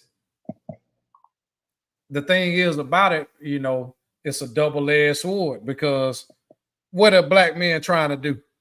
When you see an NBA player or an NFL player, a black brother, being drafted in the first round or whatever the case may be, what's the first thing this motherfucker say he gonna do? Take care of his mama. Take care of his mama. That's programming. That's programming. But you gotta look at it like this too, GMB. When you get these dudes that go to the NBA, think about who write they checks, because it's the motherfucker that's writing a check that really is in control. Well, you're not in control. Donald Sterling is in control. You understand what I'm saying? Man, you got enough NBA niggas, enough NFL niggas to start their own league. I agree, and I agree with you. But here's the issue with that: where they get that money from. As long as your money come from somebody else, it ain't really your money. Man, you know but I mean, that's what I keep trying to explain to dudes. As long as your resources come from the same motherfuckers that's causing your women to act against you, then you got to expect that that's what the situation gonna be. Well, my thing is, It's like Cuddy from Dead Presidents. She gonna fuck Cuddy because Cuddy got the money, even though Lawrence Tate's sitting right there next to her, and that's her baby daddy. well, TOP, You see what listen, I'm saying? hey, brother, I understand what you're saying wholeheartedly. My thing is, you could easily come together and put your own shit together. You know what I'm saying? You really could do that off of their money. Okay, you use their money as a catalyst to get what you need. You know what I'm saying? To build your own shit. But niggas ain't doing that. Niggas ain't gonna do that shit. And I go a step further. You know, this is something that most people can look up. I don't have to just say this shit. We are amongst the top consumers on this fucking planet. Niggas spend more money than anybody. They come with On money. bullshit. Even though they don't have it to spend, but they're gonna use it whatever they get to look successful. You're talking about self-hatred, man. Self-hatred. There's no goddamn better example of self-hatred than going to get your fucking ass and face done. You understand what I'm saying? I agree with you 100%. Really, to be honest with you, GMB, man, when it comes to black people, and I mean by that I mean black men and black women in this country called the United States, we all fucked up. We so fucked up, man. It might take us 400-500 years to get back to where we started from. Not to make no improvements, but just to get the fuck back to where we started from before all this bullshit started.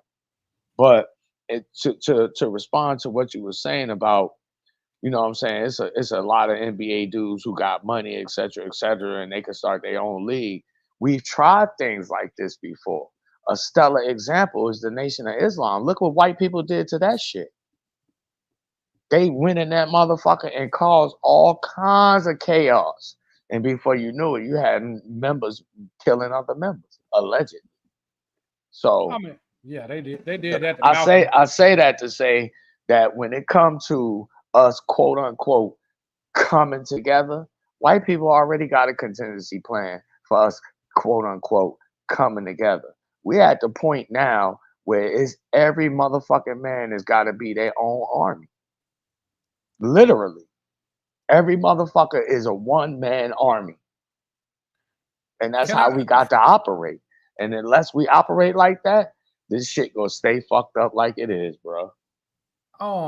If y'all don't mind, man, since we touching on that, I didn't let MPI and Raw touch on this, man, but it's something that I really want to bring up right quick. If y'all don't mind, I like to pull this shit up.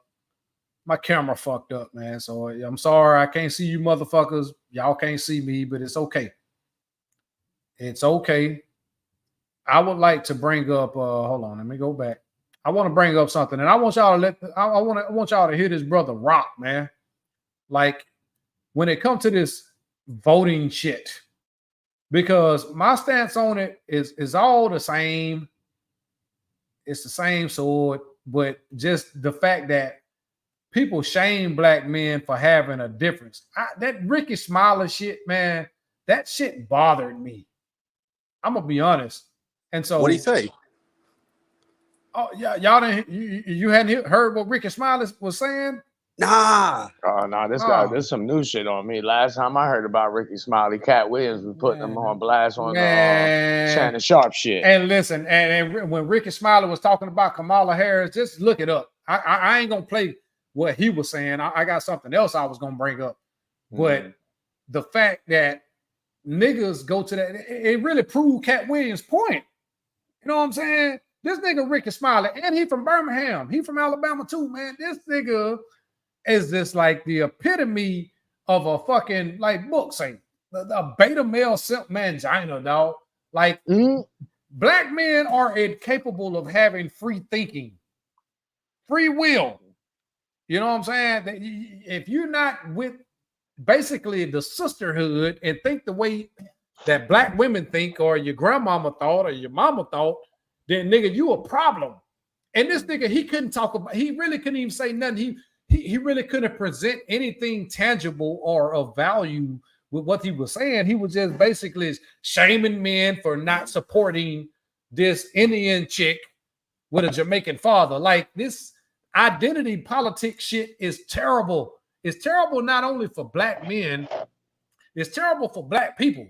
Like, I'm not the biggest Trump guy. I'm not even gonna lie. You know what I'm saying? Like, when it comes to politics and shit, dog, I'm more of a libertarian, because on some issues, I'm like, you know what I'm saying? Like, let people rock the way they want to rock. But when it comes to money that's coming out of my goddamn pocket and other people getting the money, you know what I'm saying, able to get loans, able to get housing, able to get food, and niggas out here that have been paying taxes for all these goddamn years can't get shit, that's a problem for me. I don't give a fuck about the rainbow community. You know what I'm saying? I don't, you know, my thing is, and you know, in all honesty, my stance on that shit is for motherfuckers to, but you know, whatever your sexual preference is, let it be that. But if you're going out of your way to look like whatever sexual, you know, like if you're a woman that go out of your way to look like a man, or you a man that go out of your way to look like a woman, to me, that's a mental illness. You know what I'm saying? And I know, I hope I don't get flagged for this shit, but I'm just being honest.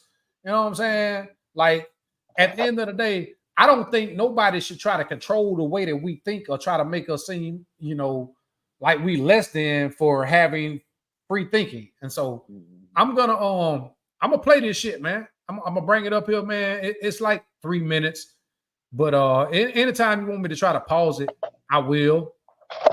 Hold on. I'll pause it.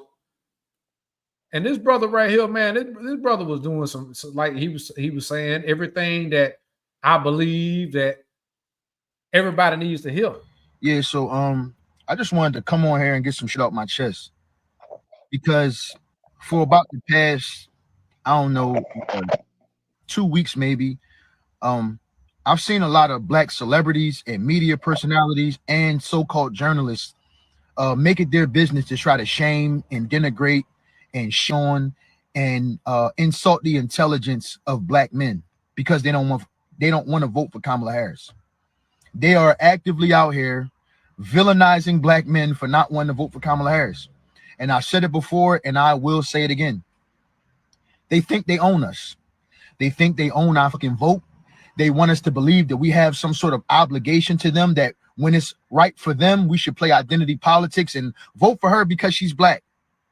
And now they're pushing the narrative that we're dumb, that we're uneducated, we're misinformed, we don't know what the fuck's going on. And the crazy thing about it is, it's the complete opposite. The people who are running away from Kamala Harris are the people who are informing themselves, who are researching, that actually know what the fuck is going on and just not letting themselves be told any goddamn thing. That's the reality of the situation. So, you know, it's astonishing to me to see it though, where you have these people, they sending out these black women and these bootlicking ass men, right? The Van Joneses, the Bakari Sellers, the Roland Martins, right? The DL Hugleys, even Plies, and it's a whole bunch of them who are trying to shame black men for thinking for themselves, because that's all they're doing. We're thinking for ourselves. They're just like when a slave owner didn't want you to learn how to read, because once you learn how to read, you have knowledge, and knowledge is power. And that's the problem. No, watch MSNBC. Don't do no thinking. Let us tell you what to think. Huh? Don't you want to see a black woman president? Don't you want to see somebody who belonged to a sorority? Don't you want to see a black woman get sworn in by a black woman on Martin Luther King's birthday? A whole bunch of token shit that don't mean a goddamn thing. That's what they want us to vote for. Y'all out your motherfucking minds, man. I was listening to Ricky Smiley. Ricky Smiley talking about in regards to black men, they not doing the right research. What? Who the f you talking to, Ricky Smiley? They not doing the right research. So because we're thinking for ourselves, we're not doing the right research. We're supposed to listen to you. That's the right research. And we're going to just keep seeing more and more of this shit. Joy Reid telling black people, you're going to look weird. What, we in the 6th grade? Don't nobody give a fuck about looking weird. We worrying about the issues, the economy, our communities, our children, our futures. What the fuck you talking about looking weird? See, that's the dumb shit. See, that's for weak-minded people. And they just going to keep going, bro. You get all the narratives is going to keep going. Sellout, coon, traitor, you hate black women and all that cool. Bakari and Van Jones up on CNN crying and boo-hooing. Don't nobody give a too smart to fall for that shit, man. So y'all could keep rolling that shit out. We gonna keep standing 10 motherfucking toes down. The fuck out of here. Love the black man until he wants. Yeah. So that's something. He feel the way that I feel. And you know what I don't like about this? Well, you got all these rappers that support Kamala Harris, and they try to shame you because you don't go against because she's a quote unquote black woman, but she's the same motherfuckers who lock motherfucking people up for marijuana charges. Well, not only was she locking motherfuckers up for minor drug charges, this motherfucker was keeping people past their sentence. And that shit is proven. You can prove like these are things that you know, this bitch won't do a debate. She won't answer any kind of questions. She will not go on any platform that's going to question her goddamn, you know, her policy or anything like that, bruh. And so when black men, you know, free thinking black men have take issue with that, then it's a problem. You know what I'm saying? And you know what? You know what these motherfuckers is when just like Mr. Palmer, these motherfuckers are simping forces. Motherfuckers are simping forces. This bitch is gonna use these rappers. You got Megan Thee Stallion shaking her ass on here, but once she gets in a quote unquote, God forbid she get in this office, what she gonna do? She's not gonna give a fuck about us. Well, the more we listen to this shit, man, the more we watch these elections and shit, which I think all this shit is, you know, the same fucking token, to be honest, man. But I will say this. Malcolm X, man, people need to, you know, everybody love Martin Luther King, and I have my own stance on that shit because at the end of the day, Martin Luther King loved those Beckys. You know what I'm saying? And when he started talking about he led his people into a burning house, burning building, and all this other bullshit, as far as, you know, inclusiveness, you know, it shows more of where black people's psyche is. This materialism, this mindset of that, you know, black men are supposed to kowtow to every cater and every whim of not only white people, their own women. You know, you see all this propaganda of lies. You know, black women are the most educated. Black women are out earning black men. All this bullshit, which are lies. That shit, all of it is a bunch of fucking lies, and we're supposed to just sit by and not say nothing. Anytime a black man voices his opinion on anything, he's a coon, he's a sellout to other simp-ass black men, or he's sassy or spicy, or he hate black women. No, being realistic, telling the fucking truth about being objective of what life, you know, is for your experience, the black male experience, because no one really talks about the black male experience anymore because no one cares about the black male experience. You got women, your own women, I ain't gonna say your women, but black women in particularly who really hate black men. You can't go anywhere. I don't give a damn if it's Chicago, New York, Atlanta, Miami, Houston, California, wherever. If you run into black women, you're going to hear a whole bunch of niggas ain't shit everywhere. And this is by and large why I don't really come to YouTube anymore, man, because for me, I take that shit offensive. Because most of the black men that I'm surrounded by, the brothers that I deal with, man, they are all good brothers. Like, they care about their people. They take care of their families. They take care of their kids. Not only do they take care of their kids, they take care of their auntie, the great auntie, you know, grandma. You know what I'm saying? They take care of the elders in their goddamn family. These hoes go out here and get a goddamn nursing degree and buy a Mercedes and some Birkin bags and don't give a fuck about nothing else. This shit is the problem that I have. And this is why I try to refrain from talking about this shit, man. I really just try to come and motivate brothers. Like, hey, listen, man, I know you're faced with a lot of different challenges. I try to help brothers navigate those challenges because dealing with women, because you're a heterosexual man, of course you love dealing with women. Even dealing with these women, it's almost like now, if you don't take a subservient position, then you're a problem. Hey, GMB. Right. Yeah, go ahead. Speaking of that, that guy you just showed, what was funny, I was listening to 107 and 107.9 in Atlanta this morning, and they had mentioned how a guy said, in order for me to have a choice of voting for Kamala, I need to know her policies and stuff. And the guy who was on the radio was talking about, what is he talking about? He want to know her policies. They're out there. Google it. And I'm thinking to myself, I know they not lying on the radio. And I did my research after hearing Black Ram and O'Heen talk about it. I went to Trump website. I read each and every policy. And I said, basically, the policies he have, that's to benefit everybody that stays in America. Mm-hmm. It's not specifically for anybody black. But then I went to Kamala website. Ain't no policies on her website. Man, that bitch told you, like, I'm not passing any policies specifically for black people, but these motherfuckers pass policies for rainbow people. They pass them for the Chinese people, Asian motherfuckers. Yep. You've been over here. You've been here for 500 goddamn years. Built this motherfucker, and you get nothing. and that's exactly why I stopped voting altogether. Period. Now I fuck with Trump because I find him to be very entertaining. He is a narcissist, by the way.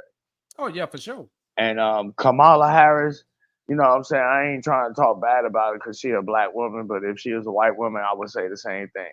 She fucked her way to the top. Oh yeah. Like most of these goddamn women.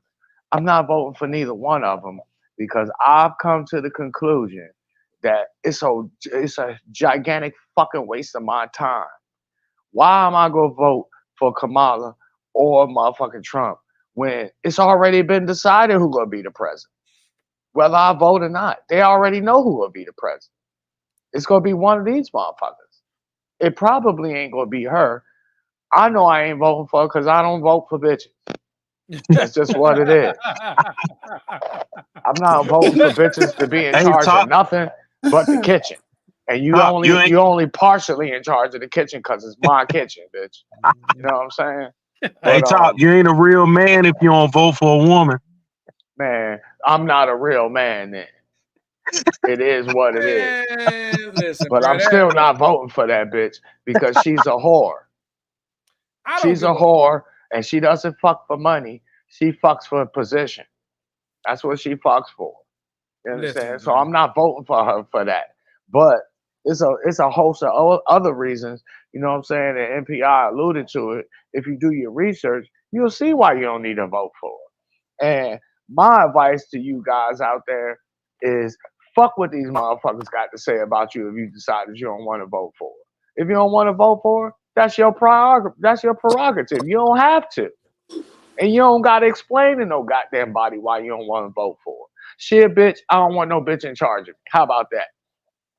Hey, man, that's what and you know what? That's the fucking stance that I'm talking about.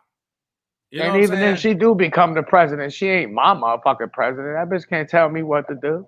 Man, I'm gonna do what the fuck I want to do. This is my life, man. That's what I'm saying. Like anybody that thinks like that, any man that moves on his own accord, a free thinking man, a man that just stick to his fucking guns or what he believe in, nigga, you are homophobic. You're insecure. You know, you're sassy, you're spicy. Anything that has to do with any type of free-thinking black man is gonna be met with shame and language. And that's I'm all that, GMB. I'm all that and a motherfucking bag of onion rings. Come fuck with me. Well, listen, My nigga, I ain't phobic or nothing. Phobia is a fear. I don't fear no motherfucking fruitcake that's dressed like a, you know what I'm saying? I don't give a Yeah, fuck. I got a big ass motherfucking firearm. I ain't scared of nobody. Yeah, man, I ain't scared of none of this shit either. But my thing is, you ain't gonna try to shame me. I don't give a fuck what you think. That's why I keep a lot of my thoughts and stuff off of social media, because people gonna come at you. You know, I can't particularly say I have a brand. My thing is for brothers, like-minded brothers that go through the same circumstances and same, you know, scenarios that we all go through. It's a reason that we all here on the same platform and we talk about the same thing. Now, all of a sudden, you know, people will think that we're the problem. Oh, a bunch of bitter, hurt black men, this and that. No, we just talking about our experience. When did it become a problem to talk about the black male experience? When it comes to anything, we mainly talk about our experiences when it comes to dealing with relationships and work and things like that. That's not a problem. When did that become a problem? When somebody else deemed it necessary that was a problem. Because you know, most people don't live in reality, and if they do live in reality, it's on their own reality. They don't give a fuck about the reality of men in particular. And I can't just say black men, because I've watched Asian men, white men, other races of men have the same issues, and they could talk freely about it. But it's just a problem when black men talk about it. Cause you black and you ain't supposed to have no opinion about nothing. You supposed to just get your ass up, get out there in them goddamn fields, pick that motherfucking cotton, and shut the fuck up about it. Man, white men. That's what you're supposed to be doing. Man, TOP. And they send the nigga woman to remind you, so the white man ain't got to come out there in the sun and tell you. Man, listen, the white man ice is colder. White men created this red pill shit. R.I.P. Dave Carroll for that one. Man, white men talk about they women more than anybody. You have Asian red pill motherfuckers. Asian motherfuckers, they don't talk about, you know, in their particular country, wherever they from, they talk about American Asian women. You know what I'm saying? I see this shit. I done did my deep, you know, I've done my research on this shit. All these men, I see all these white men, Asian men, all these people talk about how their women are behaving, you know what I'm saying, even on a, you know, molecular level.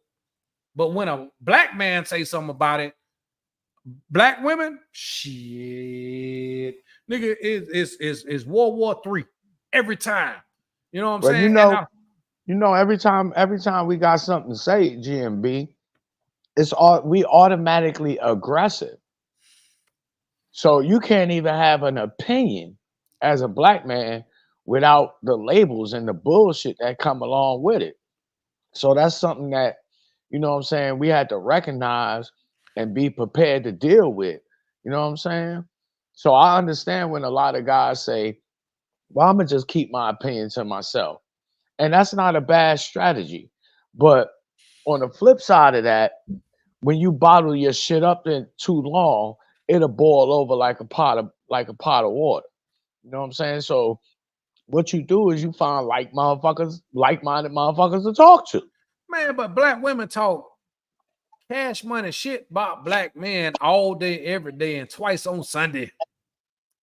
You know what I'm saying? And as soon as a black man say anything, it's a fucking problem. And that's why you stop talking to these hoes about anything, and you leave them motherfuckers in the dark. You don't have to. But you don't have to be necessarily talking to black women. That's why I say the protected class, man. You know what I'm saying? Like, you don't have to say nothing in particular to them. You could be over here in our space and we having a conversation amongst each other. Them hoes gonna find a way to get over here and try to shut this shit down. Didn't I just say that I had 2 Instagram profiles deleted? And all likelihood is because of some shit that I said that either Instagram didn't like or somebody who's seen it didn't like. So, I mean, you know, as men, it's just something that we gotta deal with. You know what I'm saying? Well, Ain't I'll no say ain't no this. sweat. This for MPI. Why black women hate black men, but other races of women love black men? That's for MPI. Where he at? Man, to be honest, I'm still young, y'all. You know, y'all a little older than me, but that's something I haven't found out yet that I'm trying to find out myself. That's why I want to get my passport. But I also notice other races of women, even when you go to these restaurants and stuff, the attitude is a lot better to the point you'll think that the woman like you, but she just got a better attitude when it comes to her job. But when you dealing with our kind, it's always something. It's always an attitude there most of the time. Well, you know what I discovered, man? Black women had this stigma that they promote amongst themselves, amongst the sisterhood, that they have to struggle with dealing with black men. They have to go through this with black men and that with black men. And I often try to reiterate the fact that you deal with the people that you choose to deal with. Okay. Secondly, don't know, you have to be strong. We have to be strong and all this stuff. No, you choose to be that way. You choose to behave like a goddamn man. So no man, no heterosexual man wants to deal with a woman that behaves like a goddamn man. You're not feminine. You're not cooperative. You don't do anything to appease the man. Now, maybe you may be a ride or die when it comes to bonding his ass out of jail. If you got to bond a nigga out of jail every month, every couple of months, then you dealing with the wrong nigga. But you can't tell them that. And then they'll tell you that's the only niggas they got to choose from. I don't buy into that shit. You know what I'm saying? And the fact of the matter is they'll try to promote that, the working class, decent dude that got shit going on ain't the attractive nigga. I call cap. I find that shit as an excuse to cope with whatever it is that you attracted to that's been fucking you up for the past 50, 60 goddamn years as a part of your problem. You know what I'm saying? Because for me as a black man, I don't have a problem with dealing with a feminine, cooperative woman. Now, she may be on the big side. She may be plus side. You know what I'm saying? And we all have our, preferences. I don't really like plus size women or whatever, and some niggas be like, I've heard, how nigga, I'll just say Top been around goddamn Kevin Samuels back in those days, saying that, because she's fat and all this other shit. Nigga, me personally, I prefer a woman that's 190 pounds, 185 pounds. She 5'10, 5'9, 5'11, natural, a little chunky and shit. That shit is subjective. You understand what I'm saying? So I never tried to push that shit on another man, dog. Like, I like a thick, chunky ass woman. I don't like no skinny, frail ass woman. So who made that a standard of beauty? You know what I'm saying? That's that Kevin Samuel shit. And don't get me wrong, I understand where you're coming from, because there is a certain section of men that like women that's physically appealing, in so much as that they take care of themselves and they exercise their body. Me personally, I like what the fuck I like. Period. And I know what that is. You know what I'm saying? What I'm saying. But for me, I'm not to like be braggadocious or nothing like that, because I ain't no Tyson Beckford, but I ain't no ugly motherfucker either. So for the most part, my experience has been I've gotten chose on more than I've had to go out and do any choosing. So with that said, you know what I'm saying?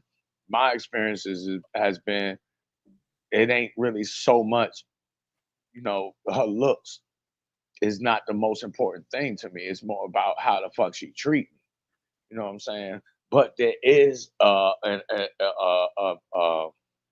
minimum, or there is some physical attraction that has to be present in order for me to, deal with this particular female. But this is the mistake that most dudes make. And GMB, we talked about this at length many a times. You know what I'm saying? And that's dudes don't know how to get with the girl that like them because of a lot of the superficial bullshit. And then they miss out on a decent woman and a decent experience because they chasing behind this big booty bra who don't mean them no goddamn good.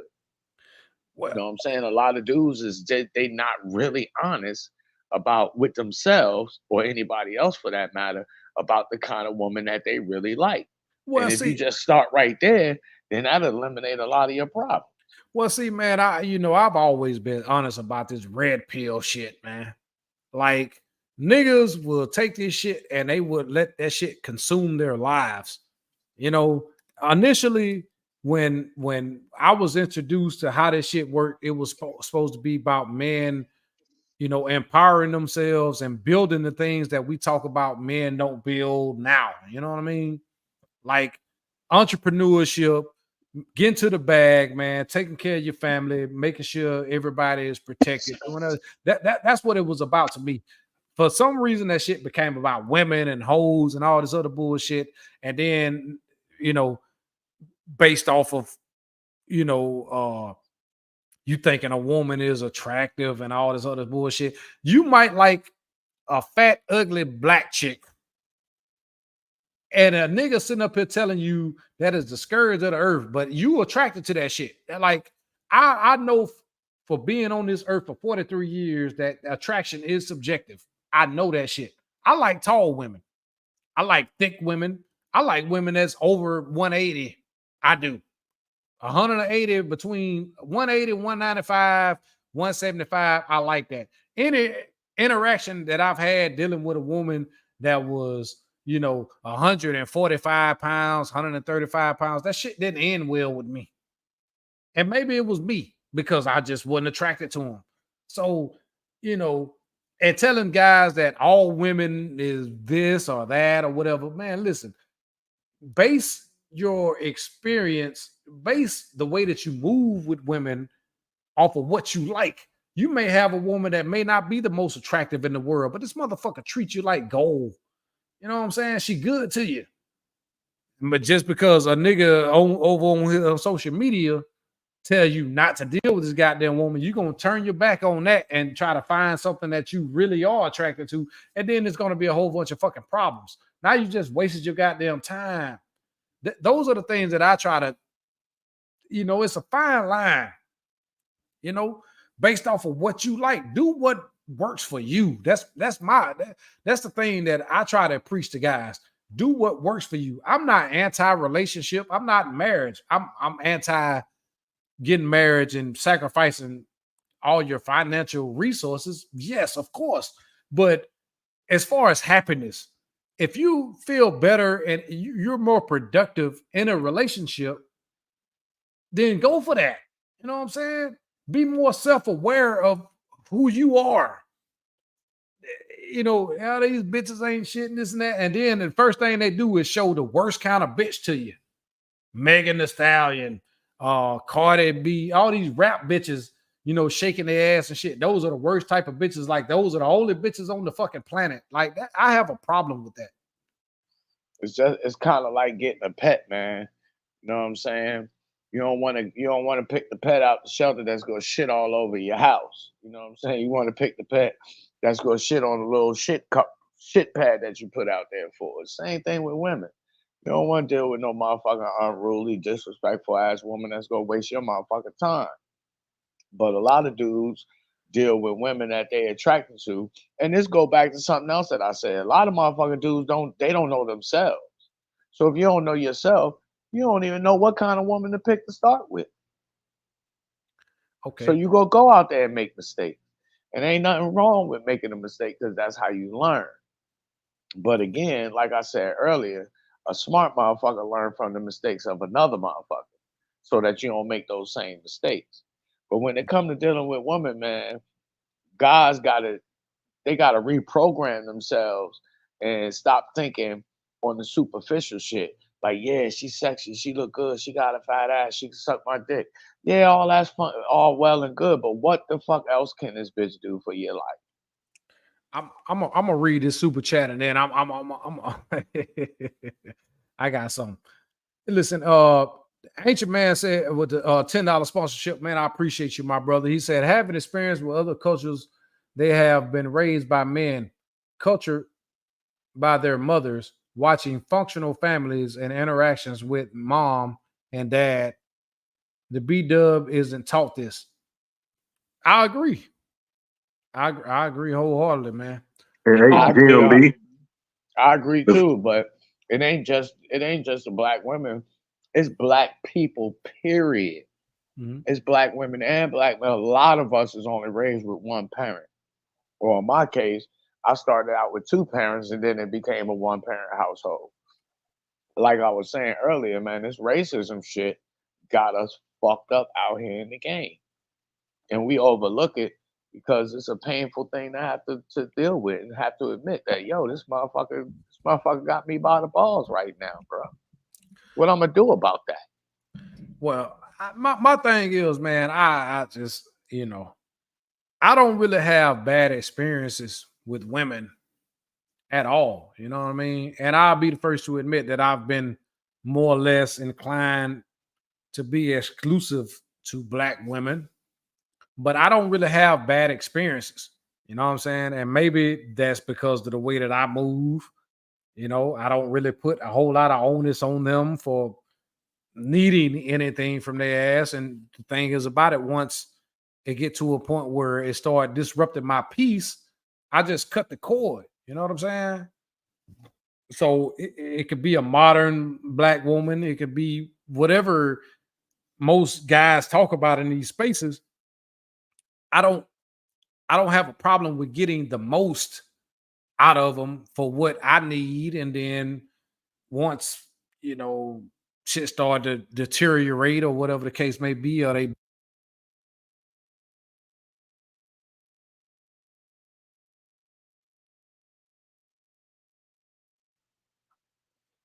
Hello?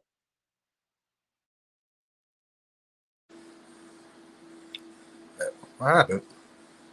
Like everybody I cut don't out. know. Like somebody cut out. I'm still here. Oh, all right. I thought it was my phone for a minute. I thought the same thing. GMB was talking and then it just went quiet. Everything just cooked out, man.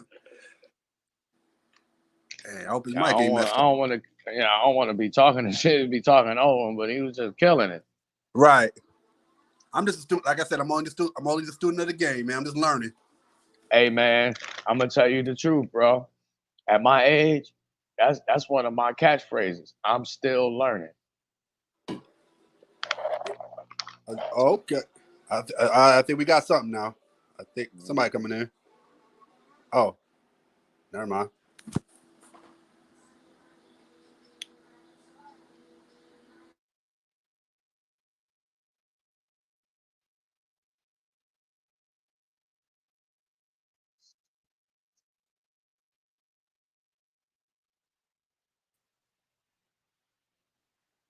Okay. Where you at, GMB? I don't hear you no more. Where you at, MPI? I'm still here. Okay.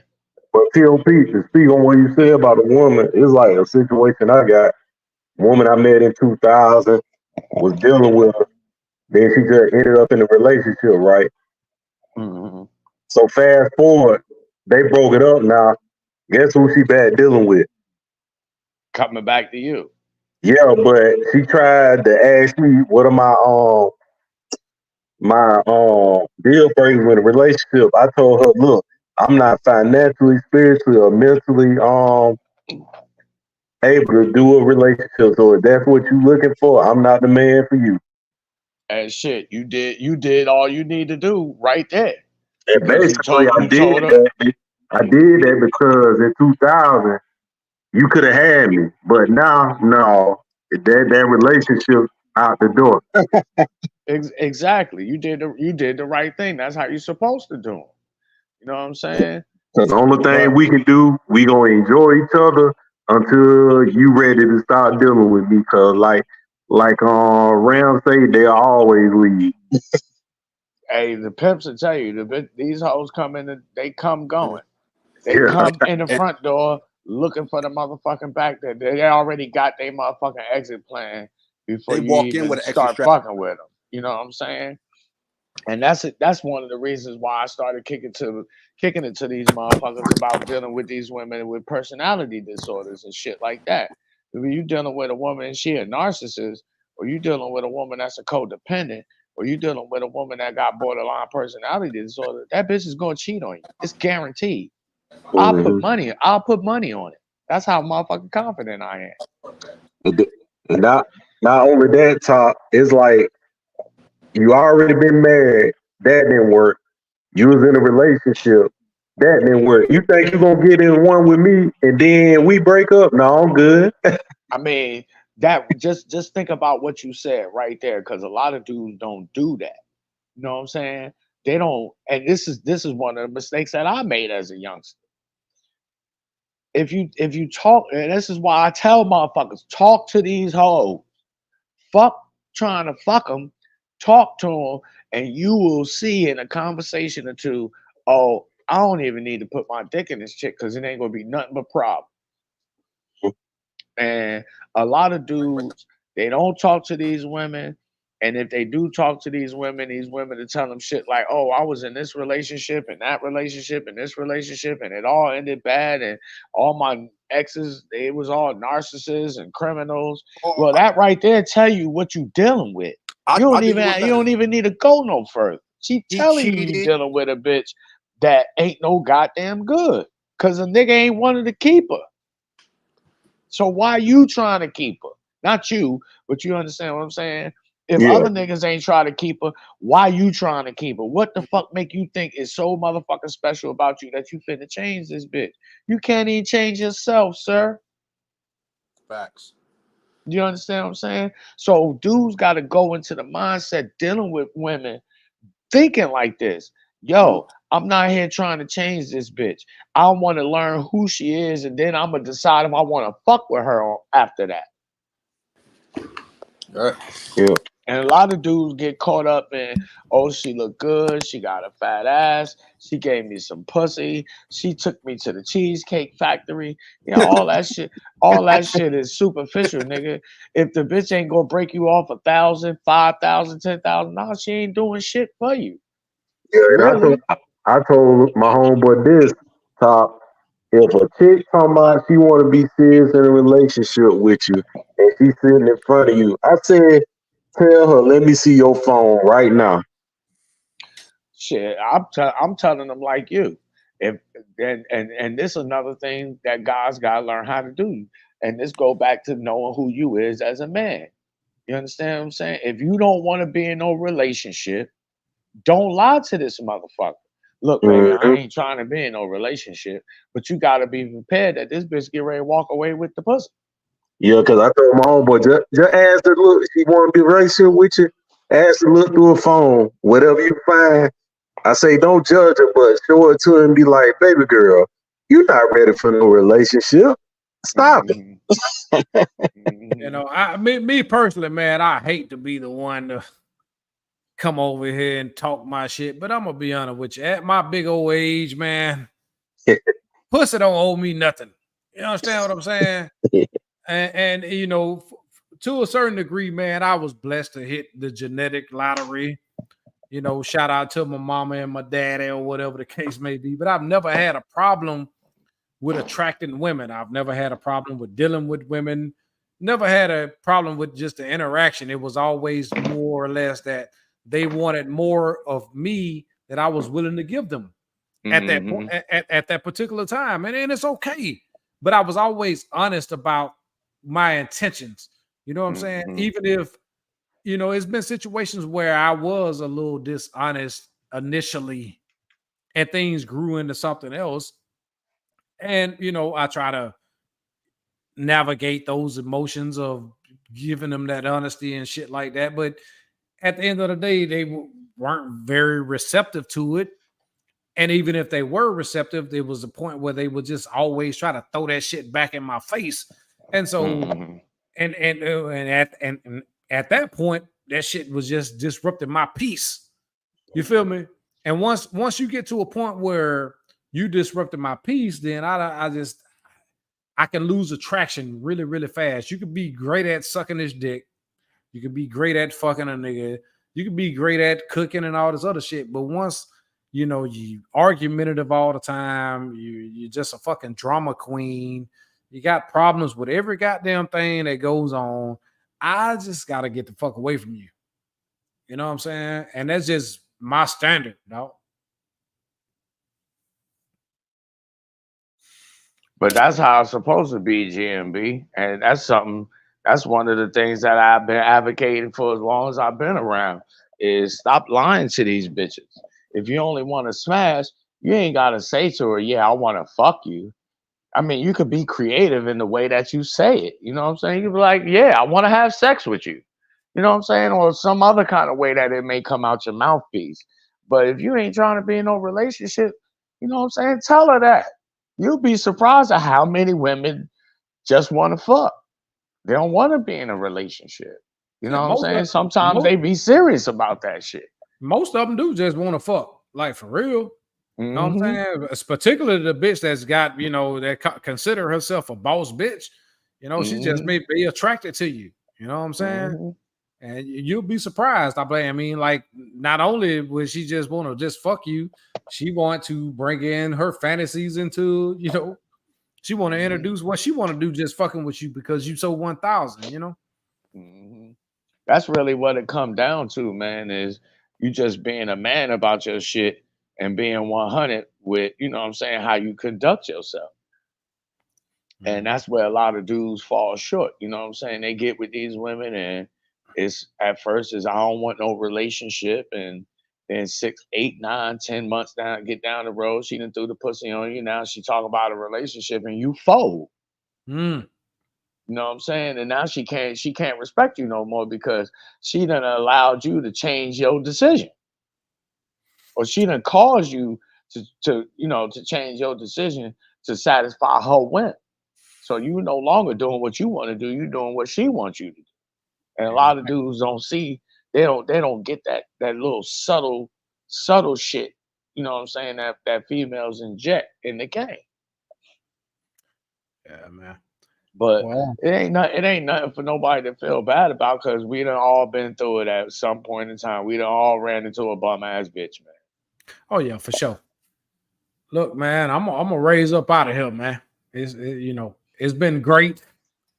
I lost track of time over this motherfucker. I was like, God damn, you know what I'm saying? I got shit to do and ain't even paying attention, man. I was literally working while on this live show at the same damn time. I gotta be up in 10:30? Hour and a half. Man. I got 5.5 hours of sleep, and then I gotta be up go make this motherfucker money. Hey, nigga, you already know. I appreciate you for coming through, man. Oh, anytime, man. Anytime, man. You know what I'm saying? And for everybody that's not here, man, go on Instagram, subscribe to AMSM MPI, Incredible TOP for sure, man. Y'all can drop y'all links over there if y'all, you know what I'm saying, if y'all got your links and shit. And I will be doing the breakdowns, man. That's what I'm doing on Patreon now. My whole little Patreon is based off breakdowns of, cold cases, murder cases, relationship cases, and shit like that. That's my whole little thing now. I missed some Crash Dummy Chronicles. Yeah, man, and that's basically what it is. It's Crash Dummy Chronicles, but it's breaking it down how niggas is just spazzing out behind pussy. You know what I'm saying? That's basically what it is. And so, man, y'all go over there and check out the Patreon, man. I appreciate y'all for tuning in, man. Make sure y'all go follow the brothers that's on here now. And we'll be back, man. Listen, I'll hit you up, TOP. Oh, for sure, for sure. You know what I'm saying? For sure. Man. I appreciate you having me, GMB. Nice to meet you, young fella. Raw Life and MPI. You already know what time it is, bro. Night. Yep. All right. All right. Peace. Peace.